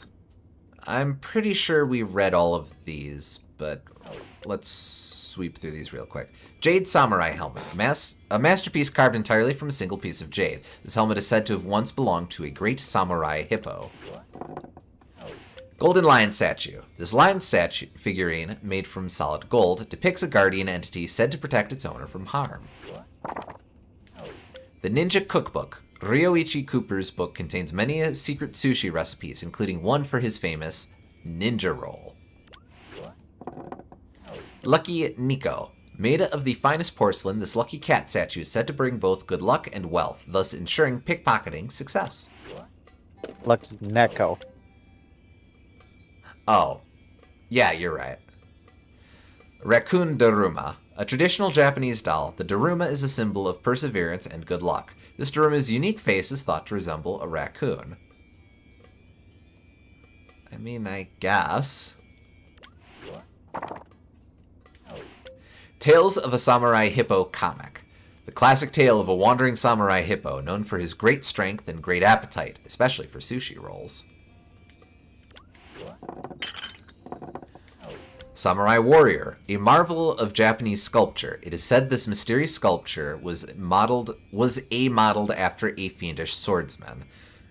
Wilbur the Agile was a samurai warrior known for his brute strength and a way with ladies.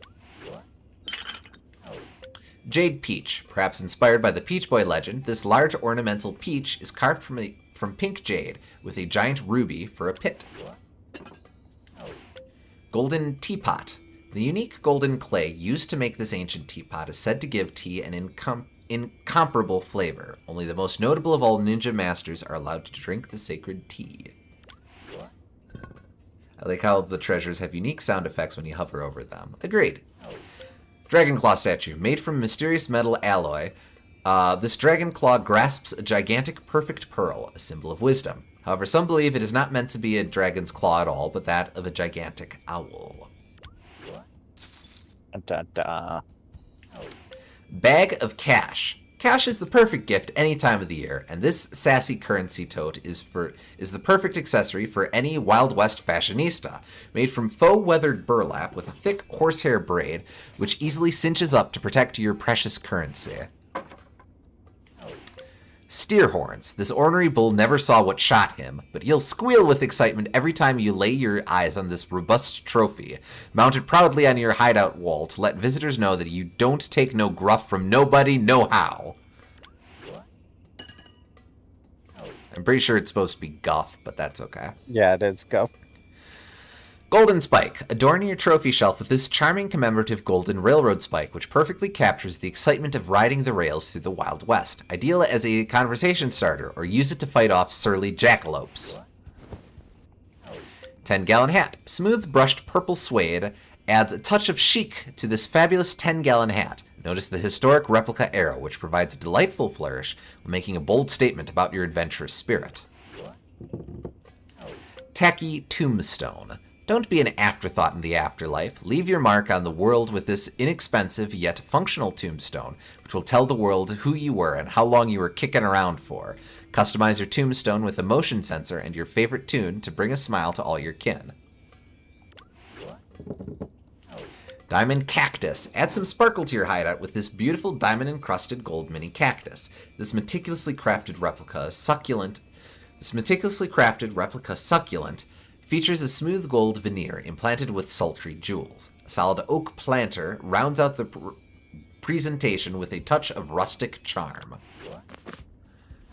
Fake mustache. Nobody will ever tell you again to put some milk on your wimpy mustache and let the cat lick it off.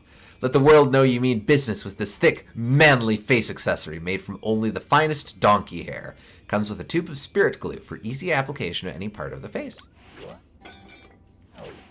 I know we read this because we talked about how the branding iron is backwards. So we'll not worry about that. Bottle of sarsaparilla. Who needs a fancy name or label for their drink? This inexpensive brew perfectly mixes delicate notes of fine grains with our secret aromatic spice blend to make a fun time fuel that will launch your next party into orbit. Street sign. Who named the street Danger Avenue? What kind of crazy snake wears a hat and plays a maraca? Who knows, but laughter is the best medicine, and this hysterical joke prop will make a great conversation starter for any party or family get-together. Okay. Alright. Silver mug. The tavern's finest drinking mug, usually reserved for guests of honor. Originally crafted from a dragon horn, this mug has survived numerous tavern brawls. Golden anvil. A large anvil made out of solid gold and showing little signs of wear. Extremely heavy and extremely valuable. Imagine if you walked through...